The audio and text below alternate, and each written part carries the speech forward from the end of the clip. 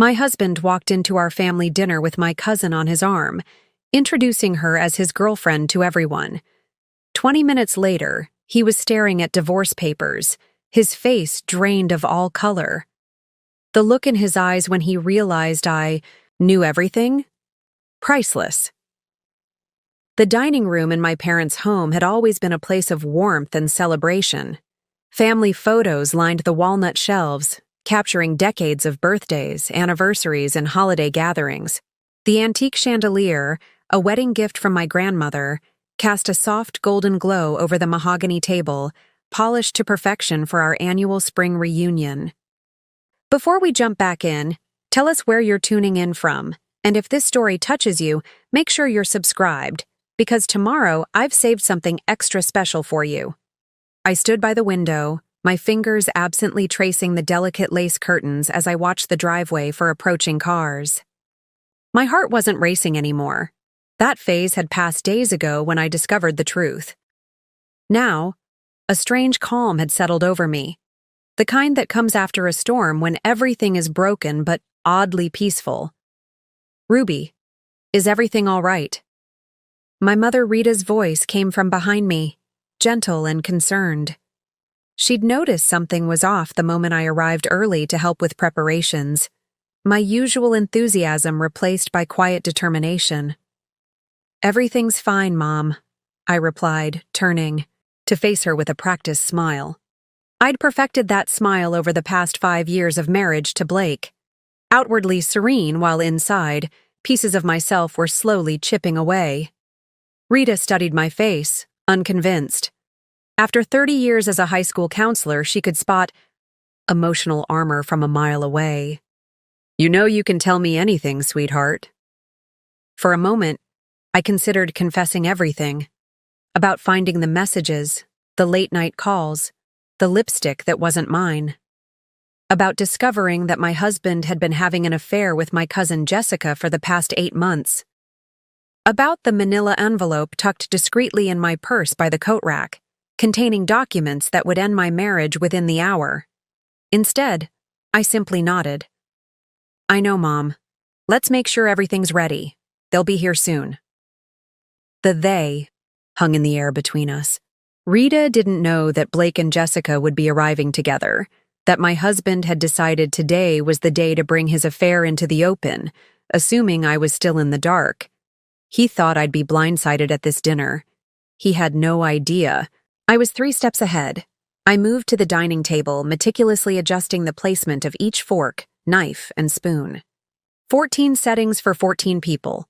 My parents, Blake's parents, my brother Kenneth and his wife, Blake's sister Gemma and her husband, my elderly aunt and uncle, my cousins Jenna and Jessica, and of course Blake and me. One big happy family, except 4 of these people had been keeping a secret. Jessica, obviously. Blake, without question. But also Jenna, Jessica's sister, who had known about the affair for months and said nothing. And Gemma, Blake's sister, who had covered for him on countless occasions when he claimed to be working late. The betrayal ran deeper than just my marriage. The doorbell rang, sending a jolt through my body despite my preparation. I took a deep breath, smoothing the front of my navy blue dress, Blake's favorite, and tucking a strand of hair behind my ear. The manila envelope seemed to pulse with energy from inside my purse. "Just a little longer." "I'll get it," I called out, moving toward the entryway with measured steps. Through the frosted glass panels of the front door, I could make out 2 silhouettes standing close together. Too close. My hand hesitated on the doorknob for just a second before I pulled it open, my smile firmly in place. "Hello," I said, my voice steady. Blake stood there, his arm casually wrapped around Jessica's waist.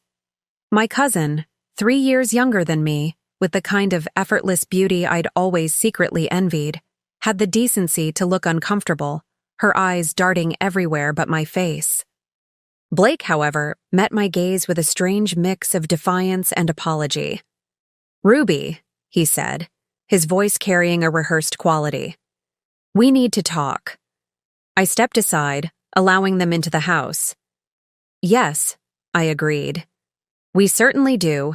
Everyone's almost here. Blake's eyebrows rose slightly, confused by my calm demeanor. He had expected tears, accusations, a scene at the door. My composure threw him off balance, the first crack in his carefully orchestrated plan. As they moved past me into the house, I caught the faint scent of Jessica's perfume, the same one I had given her for Christmas last year. The irony wasn't lost on me. My mother emerged from the kitchen, stopping abruptly at the sight of Blake and Jessica together. Her eyes widened, darting between them, then to me, questions forming on her lips. "Mom," I said before she could speak. "Blake has something. He wants to share with everyone over dinner. We should wait until everyone's here." Rita's gaze hardened as she looked at Blake, maternal instinct kicking in. In that moment, I knew she understood exactly what was happening, and I felt a surge of gratitude for the unconditional support I saw in her eyes. "Of course," she said, coolly. "Dinner will be ready in 20 minutes. Blake, why don't you and Jessica wait in the living room? The others should be arriving shortly." As they moved away, Rita pulled me aside, her voice a whisper. "Ruby, what's going on? Are you okay?" I squeezed her hand reassuringly. "I will be, Mom. I promise. I've got this under control." And I did. For the first time in years, I felt completely in control of my life. The weight of suspicion and uncertainty had been lifted the moment I discovered the truth. Now, there was only the path forward. My path, without Blake, without the constant doubt and diminishment that had become the backdrop of my marriage. The next 15 minutes passed in a blur of arrivals, forced pleasantries, and curious glances. Kenneth arrived with his wife, immediately sensing the tension in the air. Blake's parents followed, his father Eric clapping Blake on the shoulder, while his mother Gemma embraced Jessica with familiar affection that made my stomach turn. They knew too. The circle of deception widened with each new arrival. By the time we all gathered around the dining table, the air was thick with unspoken questions. I took my seat at one end, opposite my father, who always presided at family gatherings. Blake hesitated before sitting beside me, Jessica taking the chair next to him instead of her usual place across the table. A visible declaration.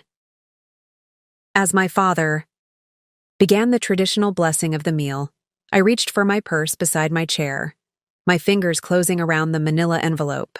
The moment of truth was approaching, and with it, my liberation. I'd always been the steady one, the planner, the woman with the 5-year roadmap and color-coded calendar. Ruby Edwards, née Montgomery, raised in a middle-class neighborhood, in Lakeside, where my parents had lived in the same 2-story colonial for over 30 years. The house with the blue shutters and the oak tree in the front yard, where my father had built a swing that still hung there, faded but sturdy, like the family values they had instilled in me. At 33, I had built a life that looked perfect from the outside. A respected position as the head librarian at Lakeside Community College. A charming craftsman home in a good neighborhood. A husband of 5 years who worked as an architect at one of the city's most prestigious firms. We were the couple friends, pointed to and said, "They've got it all figured out." What they didn't see were the cracks forming beneath the polished surface. The way Blake's ambition had gradually twisted into something darker, more selfish. The way his compliments had evolved into subtle criticisms, always delivered with a smile. "You look nice today, Ruby. That dress almost makes you look as young as you did when we met." Or, "Good job on that presentation for the library fundraiser. Maybe next time try to be a little more engaging, though. You tend to lose people's attention." Little by little, those comments had chipped away at my confidence, my sense of self. I'd started to see myself through his critical lens, as somewhat inadequate, always falling slightly short of expectations. I'd begun dressing differently, speaking differently, even thinking differently, all in an effort to meet Blake's ever-shifting standards. Preparing and narrating this story took us a lot of time, so if you are enjoying it, subscribe to our channel. It means a lot to us. Now back to the story. My father offered the bowl of mashed potatoes to me, pulling me back to the present moment. Ruby, would you like to start? I accepted the bowl, spooning a small portion onto my plate before passing it to Blake. Our fingers brushed during the exchange, and I felt nothing. Not anger, not hurt, not love. Just nothing. It was both liberating and terrifying to realize how completely my feelings for him had died. So, my father continued, oblivious to the tension humming through the room. How's the new project coming along, Blake? The Riverside development? Blake cleared his throat, setting down his water glass. It's going well, actually. We've just secured the additional funding we needed. Construction should begin next month. That's wonderful news, my mother said, her smile not quite reaching her eyes. Your firm must be pleased. They are, Blake replied, his confidence returning as he discussed his work. In fact, I've been put in charge of the entire East Wing design. It's a significant responsibility. I watched him as he spoke, animated and engaging. This was the Blake I had fallen in love with 8 years ago, passionate about his work, charming, focused. We'd met at a mutual friend's gallery opening. I was there supporting my college roommate whose photographs were being featured. He was there because he appreciated good architecture and design. He'd approached me as I was studying a particularly striking black and white cityscape. It's all about the negative space, he'd said, standing close enough that I could smell his cologne. The photographer understands that what isn't there is just as important as what is. I'd been intrigued by his insight, by the intensity in his hazel eyes. We'd spent the rest of the evening discussing art, architecture, and our shared love of mid-century design. By the end of the night, I'd given him my number, something I rarely did. By the end of the month, we were inseparable. The Blake sitting beside me now, casually discussing his career achievements while his hand occasionally brushed against my cousin's arm, was a stranger wearing my husband's face. And what about you, Jessica? Kenneth asked, his tone deliberately casual, though. His eyes were sharp. My brother had always been protective of me, and I suspected he'd picked up on the unusual dynamics at the table. I heard you've been spending a lot of time in the city lately. Jessica flushed slightly, glancing at Blake before answering. Yes, I've been consulting on some interior design projects. It's been keeping me busy. Interior design? My mother echoed, her eyebrow raised. I thought you were working at that marketing firm.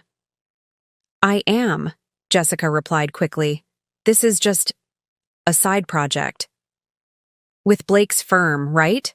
I interjected, my voice calm despite the accelerated beating of my heart. You've been helping with the Riverside development. A moment of silence fell over the table. Blake's parents exchanged glances. Jenna suddenly became very interested in cutting her roast beef into perfectly equal pieces. That's right, Blake finally said, his voice steady but his fingers tightening around his fork. Jessica has a great eye for design. She's been an invaluable asset to the project. I'm sure she has, I replied, taking a sip of my water. The conversation shifted to safer topics. The unseasonably warm spring, Kenneth's new position at the hospital, my aunt's upcoming cataract surgery. But the undercurrent remained, electric, and unavoidable. Everyone was waiting for the other shoe to drop. I thought about the night I discovered the truth. It had been so ordinary, so mundane. Blake was working late, as he often did. I was reorganizing our home office, a task I'd been putting off for months. The drawer of his desk had stuck, and when I pulled it open with extra force, several items tumbled out, including his personal tablet. It hadn't been a deliberate invasion of privacy. The device had lit up when it fell, displaying a message preview from Jessica. Just a fragment, but enough. Miss you. Can't wait until... I'd stared at those words, my mind racing to find an innocent explanation. Perhaps they were discussing a surprise for me? A family event? But deep down I knew. The suspicion that had been growing in the back of my mind for months suddenly crystallized into certainty. I'd unlocked his tablet. He'd always used my birthday as his password, a fact that now seemed like a cruel joke, and found hundreds of messages spanning back 8 months. Photos, plans to meet, intimate conversations about their future together, discussions about how and when to tell me. I hadn't cried. I hadn't screamed or thrown things or called him in a rage. Instead, I'd methodically documented everything, taking screenshots, saving them to my secure cloud storage. Then I'd carefully replaced the tablet exactly as I'd found it and continued, organizing the office as if my world hadn't just imploded. The next morning, I'd called a lawyer. By the end of the week, I had divorce papers drawn up. And when Blake mentioned the upcoming family dinner, suggesting casually that we might have something important to share with everyone, I knew exactly what he was planning, so I made plans of my own. "Ruby," Blake's mother Gemma said, drawing my attention back to the dinner table. "You're quiet tonight. Is everything all right?" I smiled at my mother-in-law, the woman who had welcomed me into her family with open arms, who had shared family recipes and traditions, and who had apparently known for months that her son was betraying me. "I'm fine, Gemma," I replied. "Just thinking about revelations. How sometimes the truth has been right in front of us all along, but we choose not to see it." Gemma's smile faltered. She glanced at her husband, then at Blake, who had stopped eating and was staring at his plate. "Sometimes," I continued, my voice carrying clearly around the suddenly quiet table, "we think we know the people closest to us, only to discover we never really knew them at all." "Ruby," Blake said, a warning note in his voice. "What is it, Blake?" I asked, turning to face him fully. "Is there something you'd like to share with everyone? Something about you and Jessica?" The table fell completely silent. All eyes moved between Blake, Jessica, and me. This was the moment, the precipice I'd been moving toward since the night I discovered their betrayal. There was no turning back now. The tension around the dining table was palpable as all eyes fixed on Blake. He straightened in his chair, clearing his throat as he set down his fork with deliberate precision. This was a man accustomed to controlling the narrative, to having everyone hang on his words during client presentations and board meetings. But for once, I had seized the script from him, and his momentary fluster revealed how unprepared he was for this deviation from his carefully orchestrated plan. "I was going to wait until after dinner," Blake said, his voice regaining its usual confidence. "But since Ruby has brought it up..." He reached for Jessica's hand, placing it atop the table for everyone to see. "Jessica and I have developed feelings for each other over the past several months working together. We didn't plan for this to happen, but we've decided to be honest about our relationship." Jessica's face flushed as she stared down at her barely touched dinner. At least she had the decency to look uncomfortable.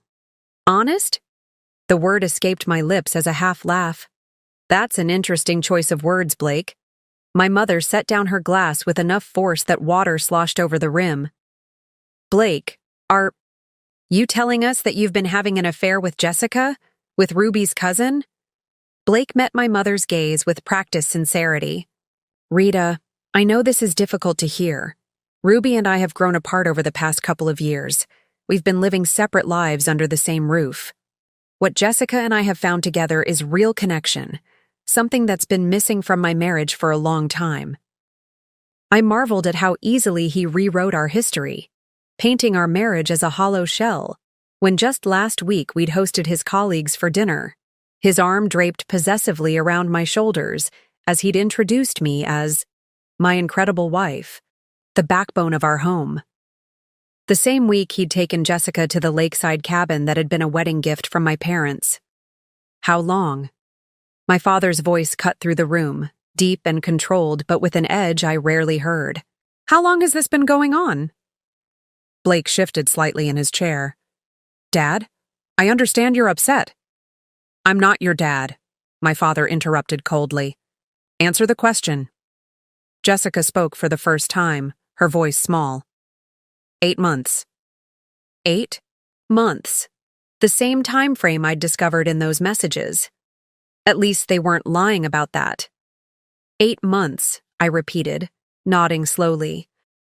8 months during which Blake and I celebrated our 5th anniversary, during which we discussed starting a family, during which we attended Jessica's birthday party, together, and I gave her that perfume she's wearing right now.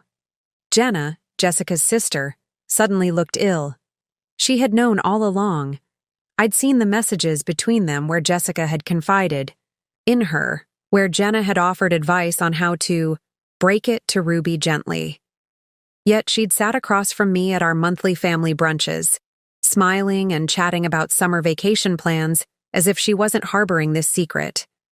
Ruby, Blake's voice, softened as he turned to me, adopting the sympathetic tone he used with difficult clients. I never meant to hurt you. These things, they just happen sometimes. People change. They grow apart. I think deep down, you felt it too. 5 years earlier, I might have believed him. 3 years earlier, I might have blamed myself, wondering what I'd done wrong, how I'd failed to keep his interest.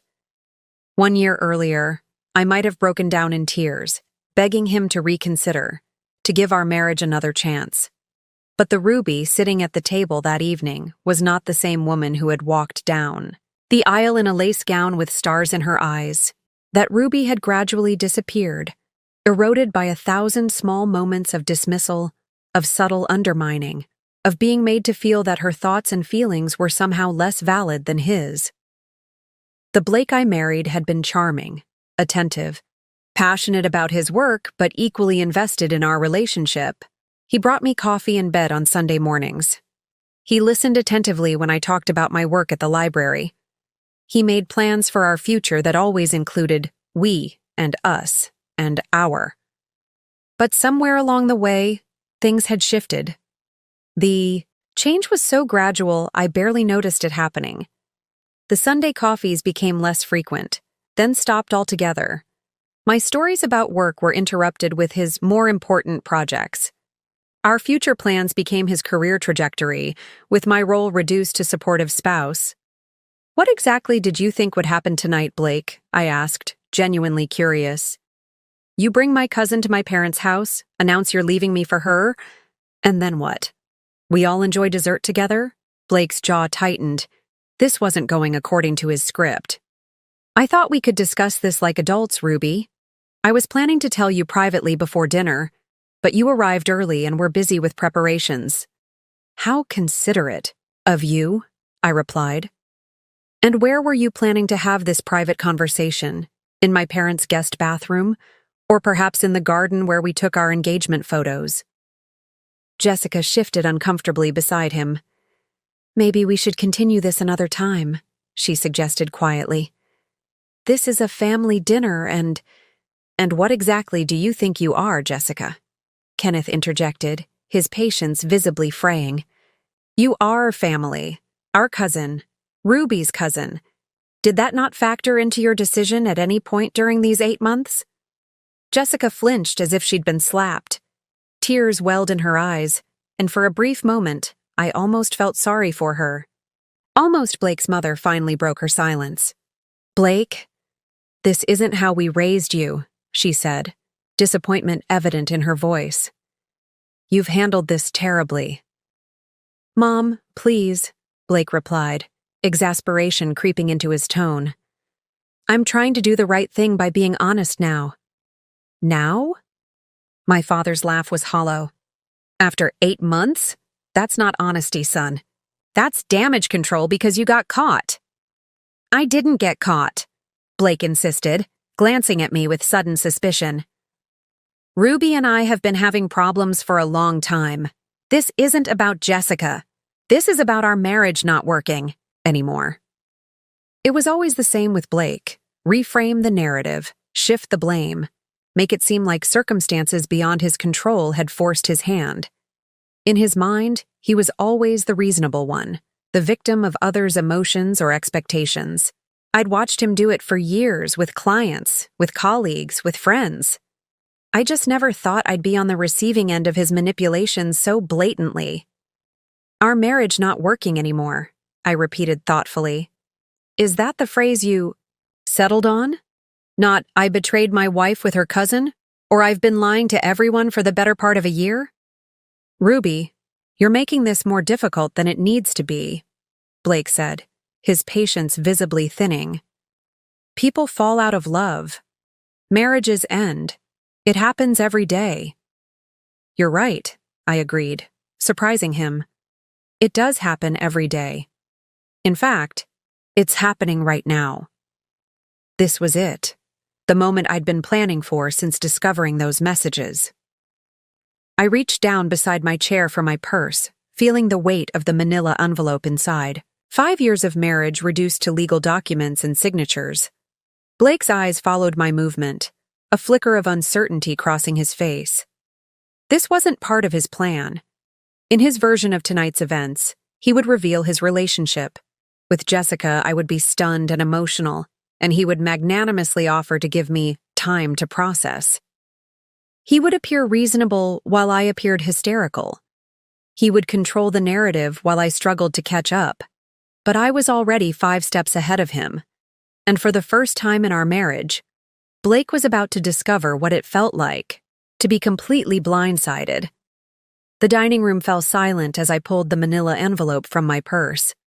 It made a soft thud as I placed it on the table between the roast beef and mashed potatoes. Blake's eyes fixed on it, his expression shifting from confusion to dawning comprehension. "What is that?" he asked, though I could tell from the sudden pallor of his face that he already suspected. "Why don't you open it and find out?" I suggested, my voice remarkably steady despite the thundering of my heart. For a moment, no one moved. The only sound was the gentle ticking of my mother's antique grandfather clock in the hallway, marking the seconds of this suspended moment. Then slowly, Blake reached for the envelope, his fingers hesitating before finally grasping it. I watched as he opened the flap and slid out the documents, their crisp, official letterhead stark against the warm wood of the dining table. His eyes scanned the first page, widening slightly as they reached the bold heading. "Petition for dissolution of marriage." "Divorce papers," he said flatly, looking up at me with genuine shock. "You filed for divorce." 3 days ago, I confirmed. "My lawyer said you should be officially served next week, but I thought this would be more efficient, given our gathered audience." Jessica leaned over to look at the papers, her hand flying to her mouth. "Blake, did you know about this?" He shook, his head slowly, still staring at me as if seeing me for the first time. "No," he said quietly. "I had no idea." My father cleared his throat. "Perhaps we should give you two some privacy to discuss this." "That won't be necessary, Dad," I said, never taking my eyes off Blake. "There's nothing to discuss that can't be said in front of everyone. After all, Blake and Jessica were planning to announce their relationship tonight. I'm simply adding my own announcement to the agenda." Blake shuffled through the papers, his architectural precision reasserting itself as he methodically reviewed each page. "You've already divided our assets," he noted, his voice tight with disbelief. "You've outlined custody arrangements for the dogs. You've even—" He paused, swallowing hard. "You've even specified that I can keep the lakeside cabin if I buy out your half of its value." "My lawyer thought it was best to be thorough," I explained.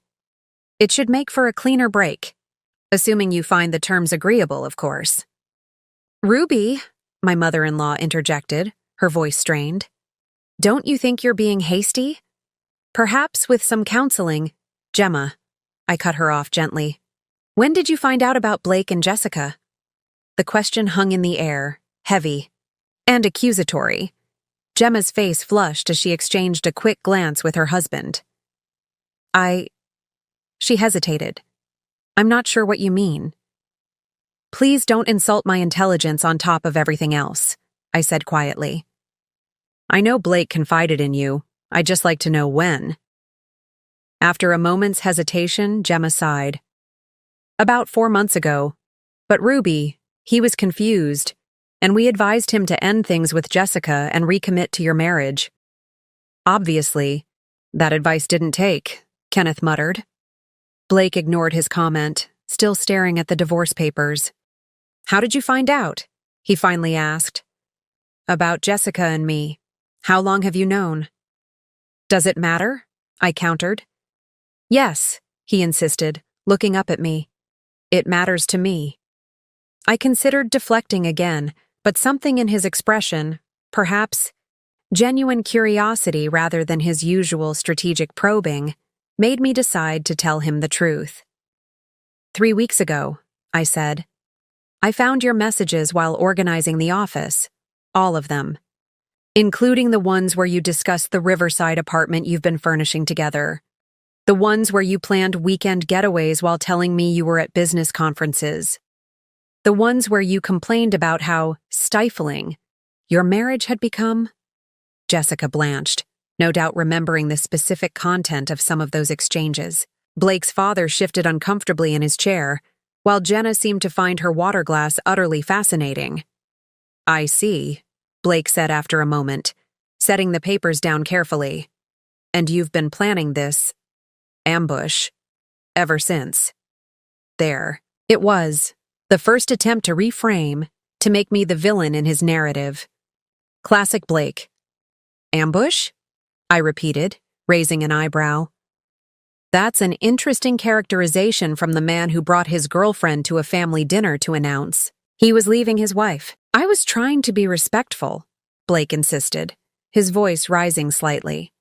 I wanted to tell you privately first, but then planned to be honest with everyone, rather than hiding or sneaking around anymore. A bitter laugh escaped me before I could stop it. Respectful? You've been sneaking around for 8 months, Blake. With my cousin. In what universe is any of that respectful? Blake's jaw tightened, a familiar sign that his patience was wearing thin. He'd always hated being challenged, especially publicly. You know what I mean, Ruby? I was trying to handle this with dignity. Whose dignity? My father asked sharply. Certainly not my daughter's. Sir, with all due respect, this is between Ruby and me, Blake replied, his professional demeanor slipping back into place. We've grown apart. These things happen. I never intended to hurt anyone. I studied him, this man I had loved, trying to see if he genuinely believed his own words or if he knew he was spinning fiction. It was hard to tell. Blake had always been skilled at convincing himself of whatever narrative best served his interests. You know what the saddest part is? I said finally. I don't even think you're lying right now. I think you've convinced yourself that this was somehow inevitable, that you had no agency in it, that it just happened. As if having an affair with my cousin for 8 months was something that occurred to you rather than something you actively chose, day after day. Ruby, Jessica began, but I cut her off with a raised hand. No, Jessica. You don't get to speak right now. Not after sitting across from me at Sunday brunches, asking about my marriage, offering me advice on romantic weekend ideas for Blake's birthday, all while sleeping with my husband. You've said quite enough over the past 8 months. Jessica's face crumpled, tears spilling down her cheeks. But I felt nothing. No satisfaction, no remorse, just a vast emptiness where my feelings for these people had once resided. Blake reached for the divorce papers again, flipping to the last page where a line awaited his signature. For a moment, I thought he might sign them then and there, bringing our marriage to its official end amidst the half-eaten dinner and stunned family members. Instead, he carefully slid the papers back into the envelope and set it down between us. When he looked up, his expression had changed. The shock had faded, replaced by something cooler, more calculated. This was Blake the negotiator, Blake the strategist, the version of my husband I'd learned to be wary of over the years. I'll buy Need to review these with my lawyer, he said calmly. The terms seem reasonable at first glance, but there may be details to discuss. In the meantime, he turned to Jessica, who was still fighting back tears. Perhaps we should go. That's it? Kenneth asked incredulously. Your wife hands you divorce papers after you brought your mistress to family dinner, and your response is, I'll have my lawyer look these over? Blake stood, straightening his suit jacket with practiced precision. What would you have me do, Kenneth? Create a scene? Ruby has clearly made her decision, and she's entitled to that. I'm simply respecting her choice. And there it was again. The reframing, the subtle shift in narrative. Suddenly, he was the reasonable one, graciously accepting my decision rather than facing the consequences of his actions. It was masterful, really. If I hadn't spent years watching him work, I might have missed it entirely. Blake, I said as he pulled out Jessica's chair, you forgot something. He paused, looking back at me with a raised eyebrow. What's that?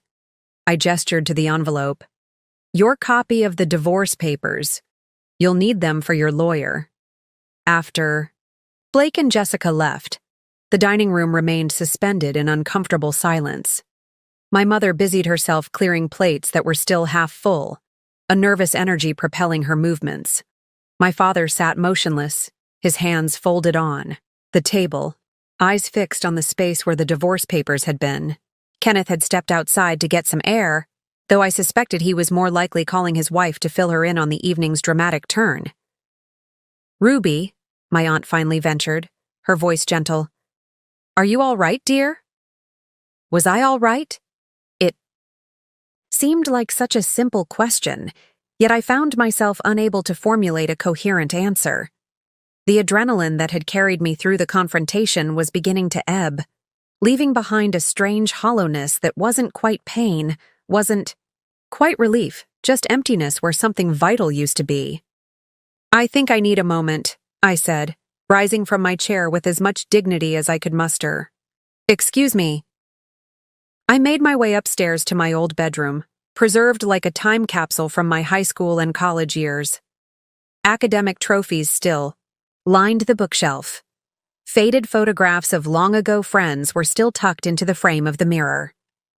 The twin bed was still covered with the purple quilt my grandmother had made for my 16th birthday. Closing the door behind me, I sank onto the edge of the bed, finally allowing my carefully constructed facade to crumble. My hands, steady, throughout dinner, now trembled as I pressed them against my face. The tears I'd been holding back didn't come, though. Instead, I felt a strange detachment, as if I were observing someone else's life falling apart rather than my own. I glanced, around the room, at the artifacts of a younger Ruby who had dreamed of love that looked nothing like what my marriage had become. That Ruby had believed in partnership, in mutual respect, in growing together rather than apart. She had trusted that love when real didn't fade or transform into whatever twisted thing Blake had offered in its place. My phone buzzed in my pocket, a text from Blake. We need to talk, just the two of us. This isn't how this should end. I stared at the message, noting how perfectly it encapsulated Blake's approach to our entire relationship. We need to talk. Not I'm sorry, or I was wrong, or any acknowledgement of the pain he'd caused. Just the assumption that if he could get me alone, he could control the narrative once more. This isn't how this should end. As if there were a proper protocol for concluding a marriage destroyed by betrayal. As if my deviation from his script was the true offense, rather than his 8-month affair with my cousin. I didn't respond, instead setting the phone face down on the nightstand. Blake had monopolized enough of my emotional energy. I wouldn't give him a single moment more tonight. A soft knock at the door pulled me from my thoughts. Ruby? It's Mom. May I come in? Yes, I called, straightening my posture and tucking a TI strand of hair behind my ear, reflexive gestures of composure that seemed pointless now. Rita entered, carrying 2 steaming mugs of tea. She set them on the nightstand and sat beside me on the bed, close enough for comfort, but not so close as to crowd me. My mother had always understood the delicate balance of support and space. Chamomile. With honey? She said, nodding toward the mugs. Just like when you were little and had a bad day at school. A smile tugged at my lips despite everything. Some things never change. And some things do, she replied, her voice gentle but firm. Sometimes they have to. We sat in silence for a moment, the familiar scent of chamomile filling the room. Outside, I could hear muffled voices as the remaining dinner guests presumably discussed the evening's revelations. I wondered what consensus they were reaching, whose side they were taking, whether any of it really mattered anymore. "How long have you known?" Rita finally asked, her eyes searching my face. "That something wasn't right between you and Blake?" I considered the question, trying to pinpoint the exact moment when doubt had first crept in.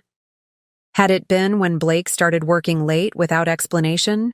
When he began criticizing my clothes, my friends, my interests? When intimacy became rare, then perfunctory, then non-existent? I think part of me has known for at least a year, I admitted. But I kept making excuses, blaming his stress at work, or my own insecurities. It was easier than facing the truth. Rita nodded, understanding in her eyes. "And Jessica? When did you suspect her involvement?" "I didn't," I said simply. "Not until I found the messages. That part was unexpected." My mother's face tightened, anger flickering across her features. "Of all people, your own cousin, in our home, at our family gatherings, all this time." "Mom," I interrupted gently, "it doesn't matter who it was. If it hadn't been Jessica, it would have been someone else. The problem wasn't her, it was Blake. It was our marriage." It was a realization that had crystallized for me during those sleepless nights after discovering the affair. Jessica's betrayal hurt, of course. The family complications made everything messier, more painful. But ultimately, she was a symptom, not the disease itself. The real illness had been growing in my marriage long before she entered the picture. "You're right," Rita conceded after a moment. "But that doesn't make what she did any less despicable." I reached for my mug, letting the warmth seep into my palms. "No, it doesn't. But focusing on her betrayal feels beside the point now. I'm more concerned with how I didn't see what was happening in my own marriage, how I let things deteriorate so badly without confronting them. You can't blame yourself for his choices, Ruby." "I'm not," I assured her. "Blake's actions are his, responsibility alone. But I am responsible for how long I allowed myself to be diminished, for how much of myself I surrendered trying to be what he wanted." Rita's eyes glistened with unshed tears. "When did that start? The diminishment?" The question struck me with unexpected force. When had it started? Not all at once, certainly. There had been no single moment I could point to and say, that's when I began to disappear. It had been gradual, insidious. "I think it started with small things," I said slowly, memories surfacing. Comments about my clothes being too conservative, suggestions that my job was less important than his, jokes at my expense when we were with friends that I laughed off because I didn't want to seem oversensitive. I took a sip of tea, organizing my thoughts. Then it progressed to bigger things. He started making decisions without consulting me. Financial. Choices, vacation plans, even which friends we'd maintain relationships with. If I objected, he'd make me feel irrational or difficult. "Why didn't you say something?" my mother asked, her voice pained. "To me? To your father? To anyone?" I smiled sadly. Because I was embarrassed. Because admitting there were problems meant acknowledging that the life I'd been presenting to everyone, this perfect marriage, this perfect partnership, was a facade. And because part of me believed I really was the problem, That if I could just be better, more supportive, more understanding, things would improve. "Oh, Ruby," Rita sighed, reaching for my hand. "You've always been so independent, so strong-willed. I never imagined you could be made to feel that way." "Neither did I admitted. "But it happens so slowly you hardly notice. By the time you realize what's happening, you're already lost." We fell silent again, the weight of my words settling between us. Downstairs, I could hear the front door opening and closing as guests presumably departed. The evening thoroughly ruined by Blake's revelation and my countermove with the divorce papers. "What happens now?" my mother finally asked. It was the question I'd been asking myself for 3 weeks, ever since finding those messages. What happens after you dismantle the life you've spent 5 years building? Where do you go when the future you'd planned suddenly evaporates? "Now, I rebuild," I said, surprising myself with the conviction in my voice. "I figure out who Ruby is without Blake, what she wants, what she dreams about, what makes her happy. And the divorce? My lawyer thinks it will be straightforward since we don't have children. Blake might contest some of the asset division, but the prenup limits how much he can fight. 3 months, maybe 6, and it will be final." Rita squeezed my hand. "You seem remarkably calm about all this." "I've had 3 weeks to process," I reminded her. 3 weeks of anger, grief, shock, planning. Tonight was just the execution of those plans. "Well, you certainly executed them effectively," she said, a hint of pride breaking through her concern. "The look on Blake's face when you pulled out those divorce papers." For the first time since the confrontation, I felt a small surge of satisfaction. Not vindictive pleasure at Blake's discomfort, but satisfaction at having reclaimed some measure of control over my own narrative. For once, I had been the one to act rather than react, to lead rather than follow. It wasn't about humiliating him, I said, though part of me recognized there had been a certain poetic justice to the evening's events. It was about taking back my power, about refusing to be the passive recipient of his decisions any longer. Morning light filtered through the sheer curtains of my childhood bedroom, casting soft patterns across the purple quilt. I'd spent the night there, unable to face returning to the home I shared with Blake. The twin bed had been too small, the room too filled with teenage memories, but somehow it had felt safer than the king-sized emptiness waiting for me across town. I reached for my phone, wincing at the barrage of notifications that had accumulated overnight. 3 missed calls and 7 texts from Blake, 2 voice messages from Jessica, a string of supportive messages from friends who had already heard about last night's dinner. News traveled fast in our tight-knit community. A particularly colorful text from Kenneth promising to knock some sense into that architectural ass, if I gave the word. Ignoring them all, I swung my legs over the side of the bed and padded to the adjoining bathroom. The face that greeted me in the mirror was pale, but composed, eyes clear despite the minimal sleep. I splashed cold water on my face, the shock of it fully awakening me to the reality of my new situation. I was getting divorced. The thought landed differently in the morning light. Last night, it had been a tactical move, a calculated response to Blake's betrayal. This morning, it was simply my future. Uncertain, unplanned, but undeniably mine. I borrowed a robe from the back of the bathroom door and made my way downstairs, following the scent of coffee and the low murmur of voices. My parents were in the kitchen, my father at the table with his reading glasses perched on his nose as he scrutinized the morning paper. My mother at the stove flipping pancakes with practiced precision. It was so achingly normal, so reminiscent of countless childhood mornings that for a moment I felt disoriented, as if the last 15 years had been merely a dream. "Good morning," I said, my voice still rough with sleep. They both looked up, concern immediately replacing the comfortable domesticity of the moment. "Ruby," my mother said, abandoning her pancakes to pull me into a fierce hug. "How did you sleep, sweetheart?" "As well as could be expected," I replied, extricating myself gently to pour a cup of coffee. "What time is it?" "Just after 9, my father answered, setting aside his newspaper. "You needed the rest." I nodded, taking a long sip of coffee and feeling its warmth spread through me. "Has anyone called this morning?" My parents exchanged a glance that told me everything I needed to know. "Blake stopped by about an hour ago," my father admitted, his tone carefully neutral. "I told him you were still sleeping and that it would be best if he gave you some space." "Did he leave peacefully?" I asked, knowing Blake's persistence when he set his mind to something. "Eventually," my father said, a hint of satisfaction in his voice, suggesting there might have been more to the exchange than he was letting on.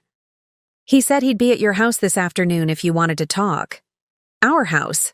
The craftsman with the blue door and the garden I'd spent 3 summers perfecting. The place where we'd built a life, hosted dinner parties, argued over paint colors and furniture arrangements. Now it was just another asset to be divided, another piece of the past to be dismantled. "I'm not ready to see him yet," I said, surprised by the firmness in my voice. "I need time to figure things out." My mother returned to her pancakes, flipping the last batch onto a waiting plate. "Take all the time you need, honey. You can stay here as long as you want." The offer was tempting, to retreat into the safety of my parents' home, to let them shield me from the aftermath of last night's revelations. But as I stared into my coffee cup, watching the light play across its dark surface, I knew that wasn't the path forward. "Thanks, Mom, but I can't hide here. I need to face this head on." "No one would blame you for taking a breather," my father said gently. "After what Blake did—" "It's not about Blake," I interrupted, the realization crystallizing as I spoke. "Or at least, it's not just about him, it's about me, about what I need to do next." I set my coffee cup down and moved to the window, gazing out at the familiar backyard where I'd spent countless hours reading under the old oak tree. The tree was still there, its branches now fuller, stronger than in my childhood memories. It had continued growing all these years, even as I'd been slowly allowing myself to be diminished. "For so long, I've been reacting to Blake," I said, more to myself than to my parents. Adjusting to his needs, his expectations, his timeline. Even finding those messages and filing for divorce, that was still a reaction to him rather than a choice for myself. My mother set a plate of pancakes on the table, her expression thoughtful. "And now? Now I need to decide what I want. Not in opposition to Blake, not as a response to his betrayal, but for myself. Because I've spent so long being Blake's wife that I'm not sure I remember who Ruby is anymore." The words hung in the air, startling in their honesty. It was a truth I hadn't fully acknowledged until this moment. Standing in my parents' kitchen with the remnants of my marriage scattered behind me like debris after a storm. Who was Ruby without Blake? What did she want from life? What made her happy, angry, passionate, fulfilled? I had answers once before I began subtly reshaping myself to fit the contours of Blake's expectations. But now those answers seemed distant, like half-remembered dreams. My father rose from his chair, moving to stand beside me at the window. "For what it's worth," he said quietly, "I've always known exactly who Ruby is. She's the same determined girl who refused training wheels at age 4. The same stubborn teenager who applied to 7 colleges even though her heart was set on just one. The same compassionate woman who reads to nursing home residents every Thursday afternoon because, and I quote, "stories matter most to those who can no longer tell their own." Tears prickled at the corners of my eyes. "Dad, you're still in there, Ruby," he continued, his voice gruff with emotion. "Blake didn't erase you. He might have convinced you to turn down your volume for a while, but he never changed your fundamental frequency." The metaphor was so perfectly my father, a retired radio engineer who had always spoken about people as if they were broadcasting signals, that a laugh escaped me, watery but genuine. "Your father's right," my mother added, joining us by the window. "You just need to readjust your tuning, find your true signal again." I looked between them, these two people who had loved me consistently, unconditionally for 33 years, who had watched me grow, stumble, succeed, fail, and keep moving forward, who had never once suggested I make myself smaller to accommodate someone else's ego. I said slowly, "I need to get away for a while. Not to hide, but to find some perspective, some quiet to hear myself think." "The cabin," my mother suggested immediately. "Your great-aunt's place in the mountains. It's been empty since she moved to Arizona last year. The family cabin. A simple, rustic structure nestled in the mountains about 3 hours north.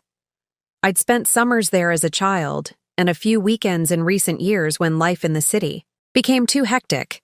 It was isolated but not remote, peaceful but not desolate. Perfect. That's actually a really good idea," I admitted. "I could take a week off work, bring some books, do some thinking." "When would you go?" my father asked. I considered the question, mentally reviewing my work calendar, the pending divorce proceedings, the lease on my house that would need attention soon. "Today," I decided, the word landing with unexpected certainty. "I'll go today." My parents exchanged surprised glances. "Today?" my mother echoed. "But don't you need to pack? Make arrangements at work? Talk to your lawyer?" "I can pack in an hour. I have vacation days accumulated. My lawyer doesn't need me physically present for at least 2 weeks." The plan was forming rapidly now, each piece falling into place with satisfying clarity. "And, most importantly, I need to be somewhere Blake can't find me while I sort through all of this." My father nodded slowly, understanding dawning in his eyes. "You're afraid he'll try to change your mind?" It wasn't a question, but I answered anyway. "Not afraid, exactly. I know I won't take him back, not after this. But Blake has always been persuasive. He knows exactly which emotional levers to pull, which insecurities to exploit. I'd rather not subject myself to that right now." "Then it's settled," my mother said with characteristic decisiveness. "I'll call Maureen to make sure the cabin's stocked with essentials. Your father can drive you up this afternoon." "Mom, I can drive myself." "Of course you can," she interrupted, already reaching for her phone. "But humor me. Let your father drive you, just this once. He'll bring your car back here so Blake won't know where you've gone if he comes looking." The protective instinct behind her words both touched and amused me. My mother, the former high school English teacher with a spine of steel, was ready to orchestrate an entire covert operation to shield me from my soon-to-be ex-husband. "All right," I conceded. "Dad can drive me, but first I need to go home and pack." And I hesitated, realizing what that meant. And potentially face Blake. My father's expression hardened. "I'll come with you." "We both will," my mother added, firmly. The drive to my house, our house, was silent, the weight of anticipation making conversation impossible. My father drove with both hands firmly on the wheel, his usual relaxed posture replaced by a vigilant stiffness. My mother sat in the back seat, one hand resting reassuringly on my shoulder. Their protective energy surrounded me like a shield as we pulled into the driveway of the craftsman home Blake and I had purchased 3 years ago. To my immense relief, Blake's sleek black Audi was nowhere in sight. Perhaps he'd given up waiting for me after my father had turned him away earlier. Or perhaps he was holed up at Jessica's apartment, strategizing his next move. Either way, his absence was a gift I hadn't dared hope for. "He might still show up," my father warned as he cut the engine. "Your mother and I will be right with you." "I know, Dad," I said, squeezing his hand. "But I need to do this part myself. Could you both wait here? Just for a few minutes while I go in first? My parents exchanged concerned glances. Ruby, are you sure? My mother asked. I nodded. I need to see it alone. To feel whatever I'm going to feel without worrying about how it affects you, both. After a moment's hesitation, my father nodded. 10 minutes, then we're coming in. Fair enough, I agreed, stepping out of the car. The walk to the front door felt surreal, as if I were approaching a movie set of my life rather than the actual place I'd called home for 3 years. I inserted my key with steady hands, surprised by my own composure, and stepped inside. The house was exactly as I'd left it yesterday morning. Coffee mug in the sink, mail stacked neatly on the entryway table, Blake's running shoes kicked off. By the door. So ordinary, so mundane, that for a moment I questioned whether last night had really happened. Perhaps I'd imagined the whole thing, the dinner, the confrontation, the divorce papers. Perhaps Blake would walk through the door any minute, kiss me hello, and ask about my day as if everything were normal. But the envelope sitting on the kitchen counter, identical to the one I'd presented at dinner, but empty now that Blake had taken the divorce papers, confirmed the reality of my situation. This wasn't a dream or a hallucination. My marriage was over, and I was standing in the wreckage. I moved through the house methodically, gathering essentials for my retreat to the mountains. Clothes, toiletries, the journal I'd been neglecting for months, the stack of books on my nightstand that I'd been meaning to read but never found time for. I worked quickly, efficiently, not allowing myself to linger on memories or sentiment, until I reached the bathroom and saw them side by side on the counter. Blake's expensive shaving cream next to my facial cleanser, his toothbrush touching. Mine in the holder, his towel hanging beside mine on the rack. The casual intimacy of these everyday objects struck me with unexpected force. This was what marriage looked like in its most basic form. The sharing of space, the intertwining of daily rituals, the physical evidence of two lives merged into one. And now I was dismantling it, piece by piece. A sound from downstairs jolted me from my thoughts, the unmistakable click of the front door opening and closing. My parents wouldn't have come in without calling up to me first, which meant, Ruby? Blake's voice floated up the stairs, tentative yet insistent. Your car wasn't at your parents' place. I figured you might be here. I closed my eyes briefly, steadying myself against the bathroom counter. So much for my hope of avoiding this confrontation. I'm upstairs, I called back, my voice surprisingly strong. I'm just getting some things. His footsteps on the stairs were measured, deliberate. I stepped out of the bathroom to meet him in the bedroom, refusing to be cornered in a smaller space. Blake appeared in the doorway, still wearing yesterday's clothes, his usually immaculate appearance rumpled from what had clearly been a sleepless night. His eyes were bloodshot, his 5 o'clock shadow now a full stubble. He looked, for the first time since I'd known him, completely undone. You didn't answer my calls, he said, a note of accusation in his voice. No, I agreed simply. I didn't. He ran a hand through his disheveled hair, his gaze moving from my face to the half-packed suitcase on the bed. You're leaving. It wasn't a question, but I answered anyway. Yes, I need some time away. With him? Blake asked, a bitter edge to his words. For a moment, I was genuinely confused. With who? Whoever you've been seeing. That's what this is really about, isn't it? You found someone else and now you're using Jessica as an excuse to end our marriage? The accusation was so absurd, so perfectly in line with Blake's tendency to deflect and project, that a startled laugh escaped me. Are you serious right now? It makes sense, he continued, warming to his theory. The sudden divorce papers, the calm way you handled everything last night. You've already moved on. Blake, I said firmly, I am not seeing anyone. I didn't cheat on you. You cheated on me. With my cousin. For 8 months. He flinched slightly at the blunt recitation of facts. It wasn't. It's more complicated than that. No, it's really not, I countered, zipping my suitcase closed with finality. It's actually quite simple. You betrayed our marriage. You lied to me repeatedly for the better part of a year. And now you're trying to make this somehow about me. That's not what I'm doing, he protested, moving further into the room. I'm just trying to understand why you're being so cold, so calculated about all this. What did you expect, Blake? Tears? Begging? A complete emotional breakdown? I expected my wife to at least talk to me before serving me with divorce papers in front of my entire family. And I expected my husband not to sleep with my cousin, I shot back. I guess we're both dealing with disappointment.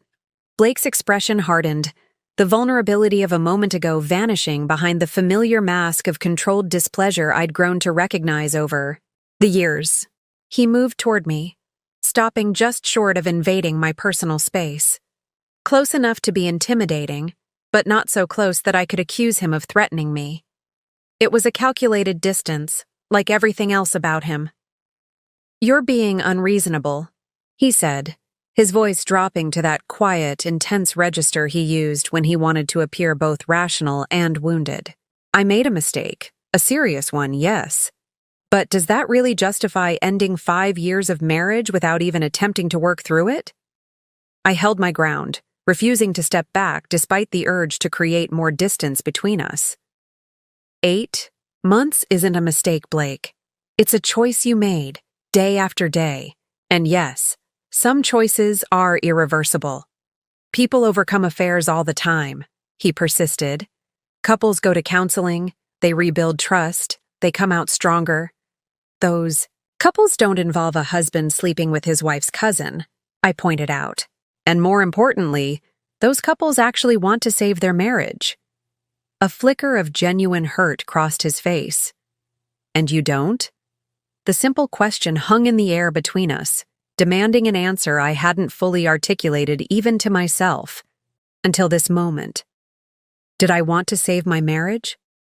Was there anything left worth salvaging from the wreckage of Blake's betrayal? No, I said finally, the truth of it settling into my bones. I don't. Blake took a step back, as if physically struck by my words. You can't mean that. We've built a life together, Ruby. One indiscretion. 8 months is not an indiscretion, I interrupted. And it's not just about Jessica. It's about who you've become, who I've become when I'm with you. What does that even mean? He asked, frustration creeping into his voice. I searched for words to explain the slow erosion of self I'd experienced, the gradual diminishment that had happened so subtly I'd barely noticed until it was nearly complete. Do you remember when we first met? I asked. At that gallery opening? Blake's expression softened slightly at the memory. Of course. You were wearing that green dress with the gold necklace. Your hair was longer then. And I was talking about that photograph, the cityscape with the abandoned building in the foreground, I continued. I was saying how the photographer had captured both decay and possibility in the same frame. He nodded, a faint smile touching his lips. You were so passionate about it. I thought you might be an art critic. That's who I was, Blake. Someone with opinions and passion and a voice. I gestured between us. But somewhere along the way, in this marriage, I stopped being that person. I became smaller, quieter, more careful not to contradict or challenge you. That's ridiculous, he scoffed. You've always been free to express yourself. Have I? When was the last time you actually asked what I thought about something important? When was the last time you listened, really listened, without dismissing or correcting me? Blake opened his mouth to respond, then closed it again, unable to produce a concrete example.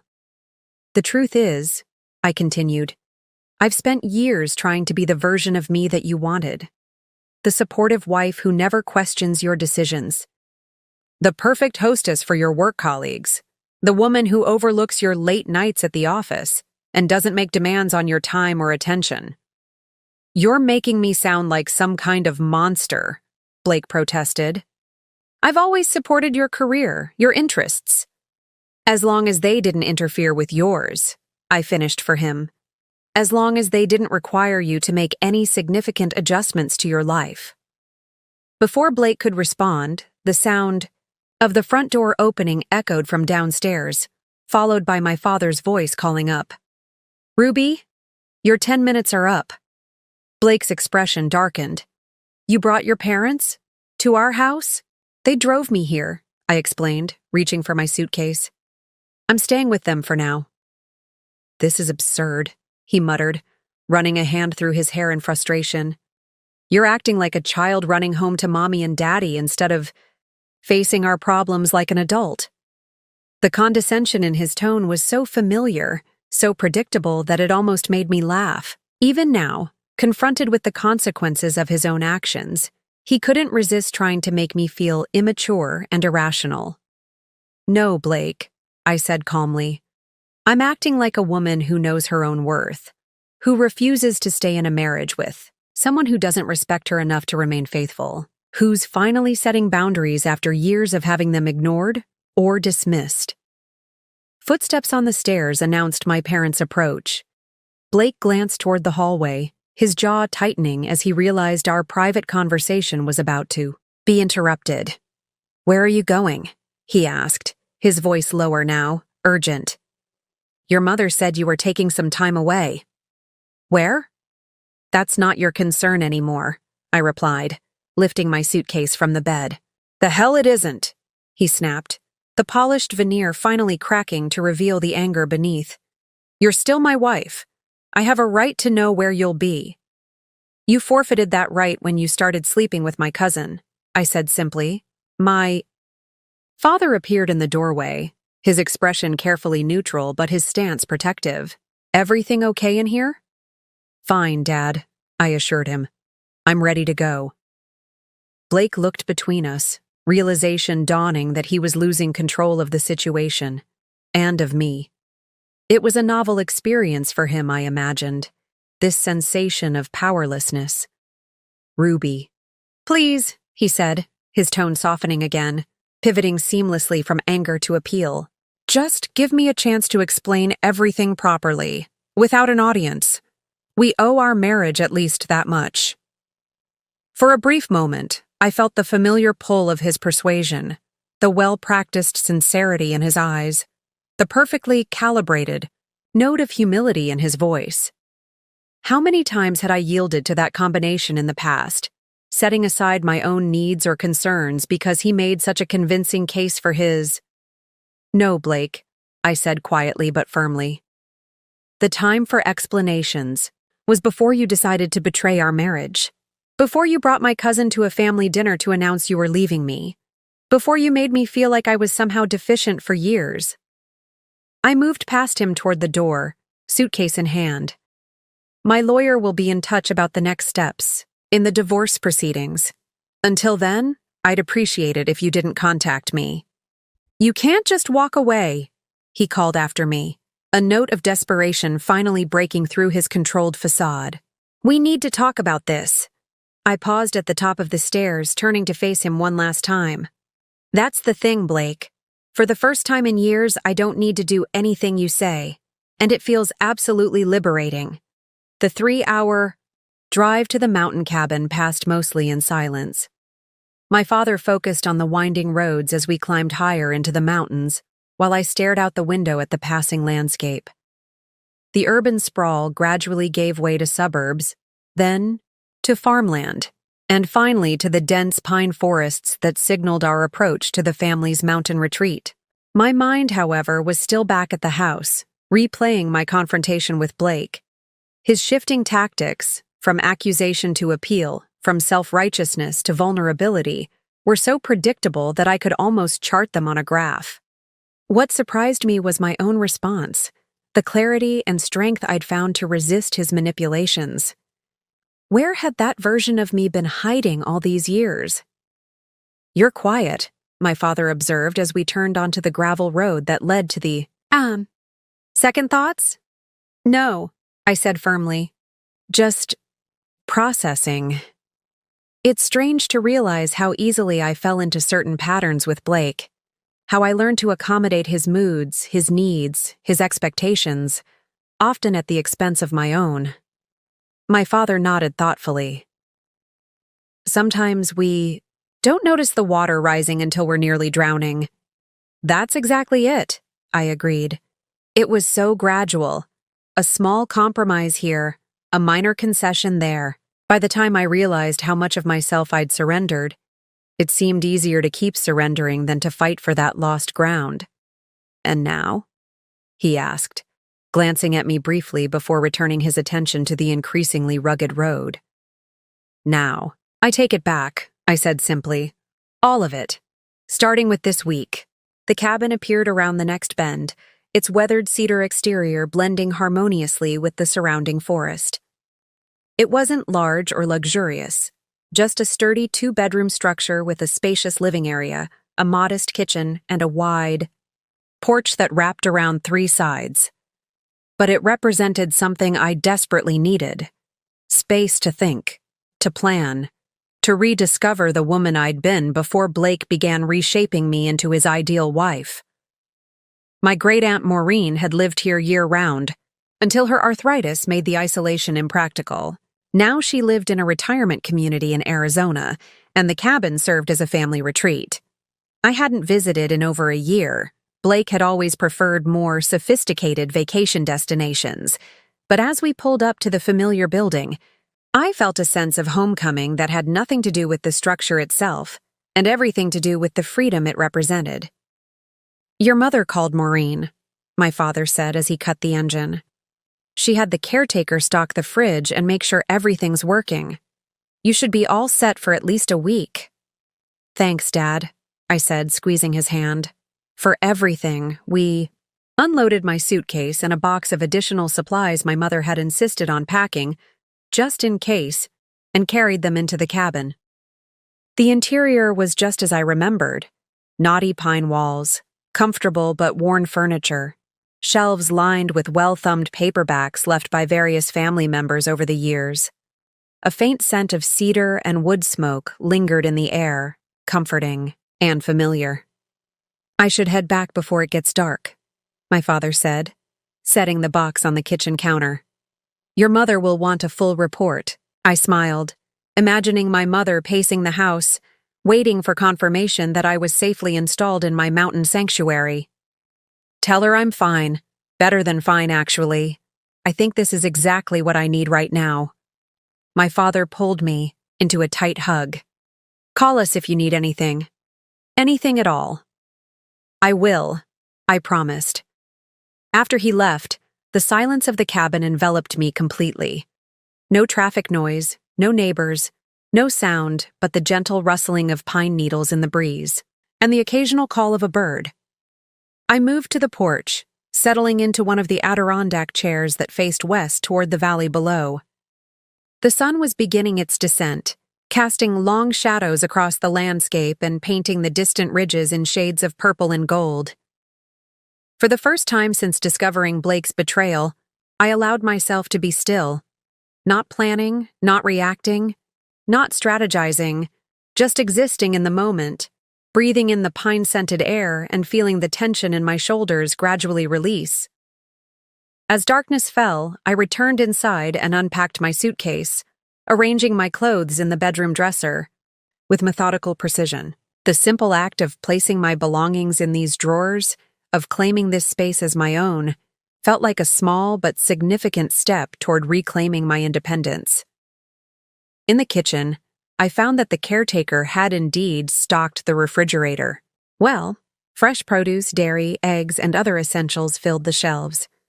I made myself a simple dinner of scrambled eggs and toast, realizing as I ate that it was the first real meal I'd had since the disastrous family dinner the night before.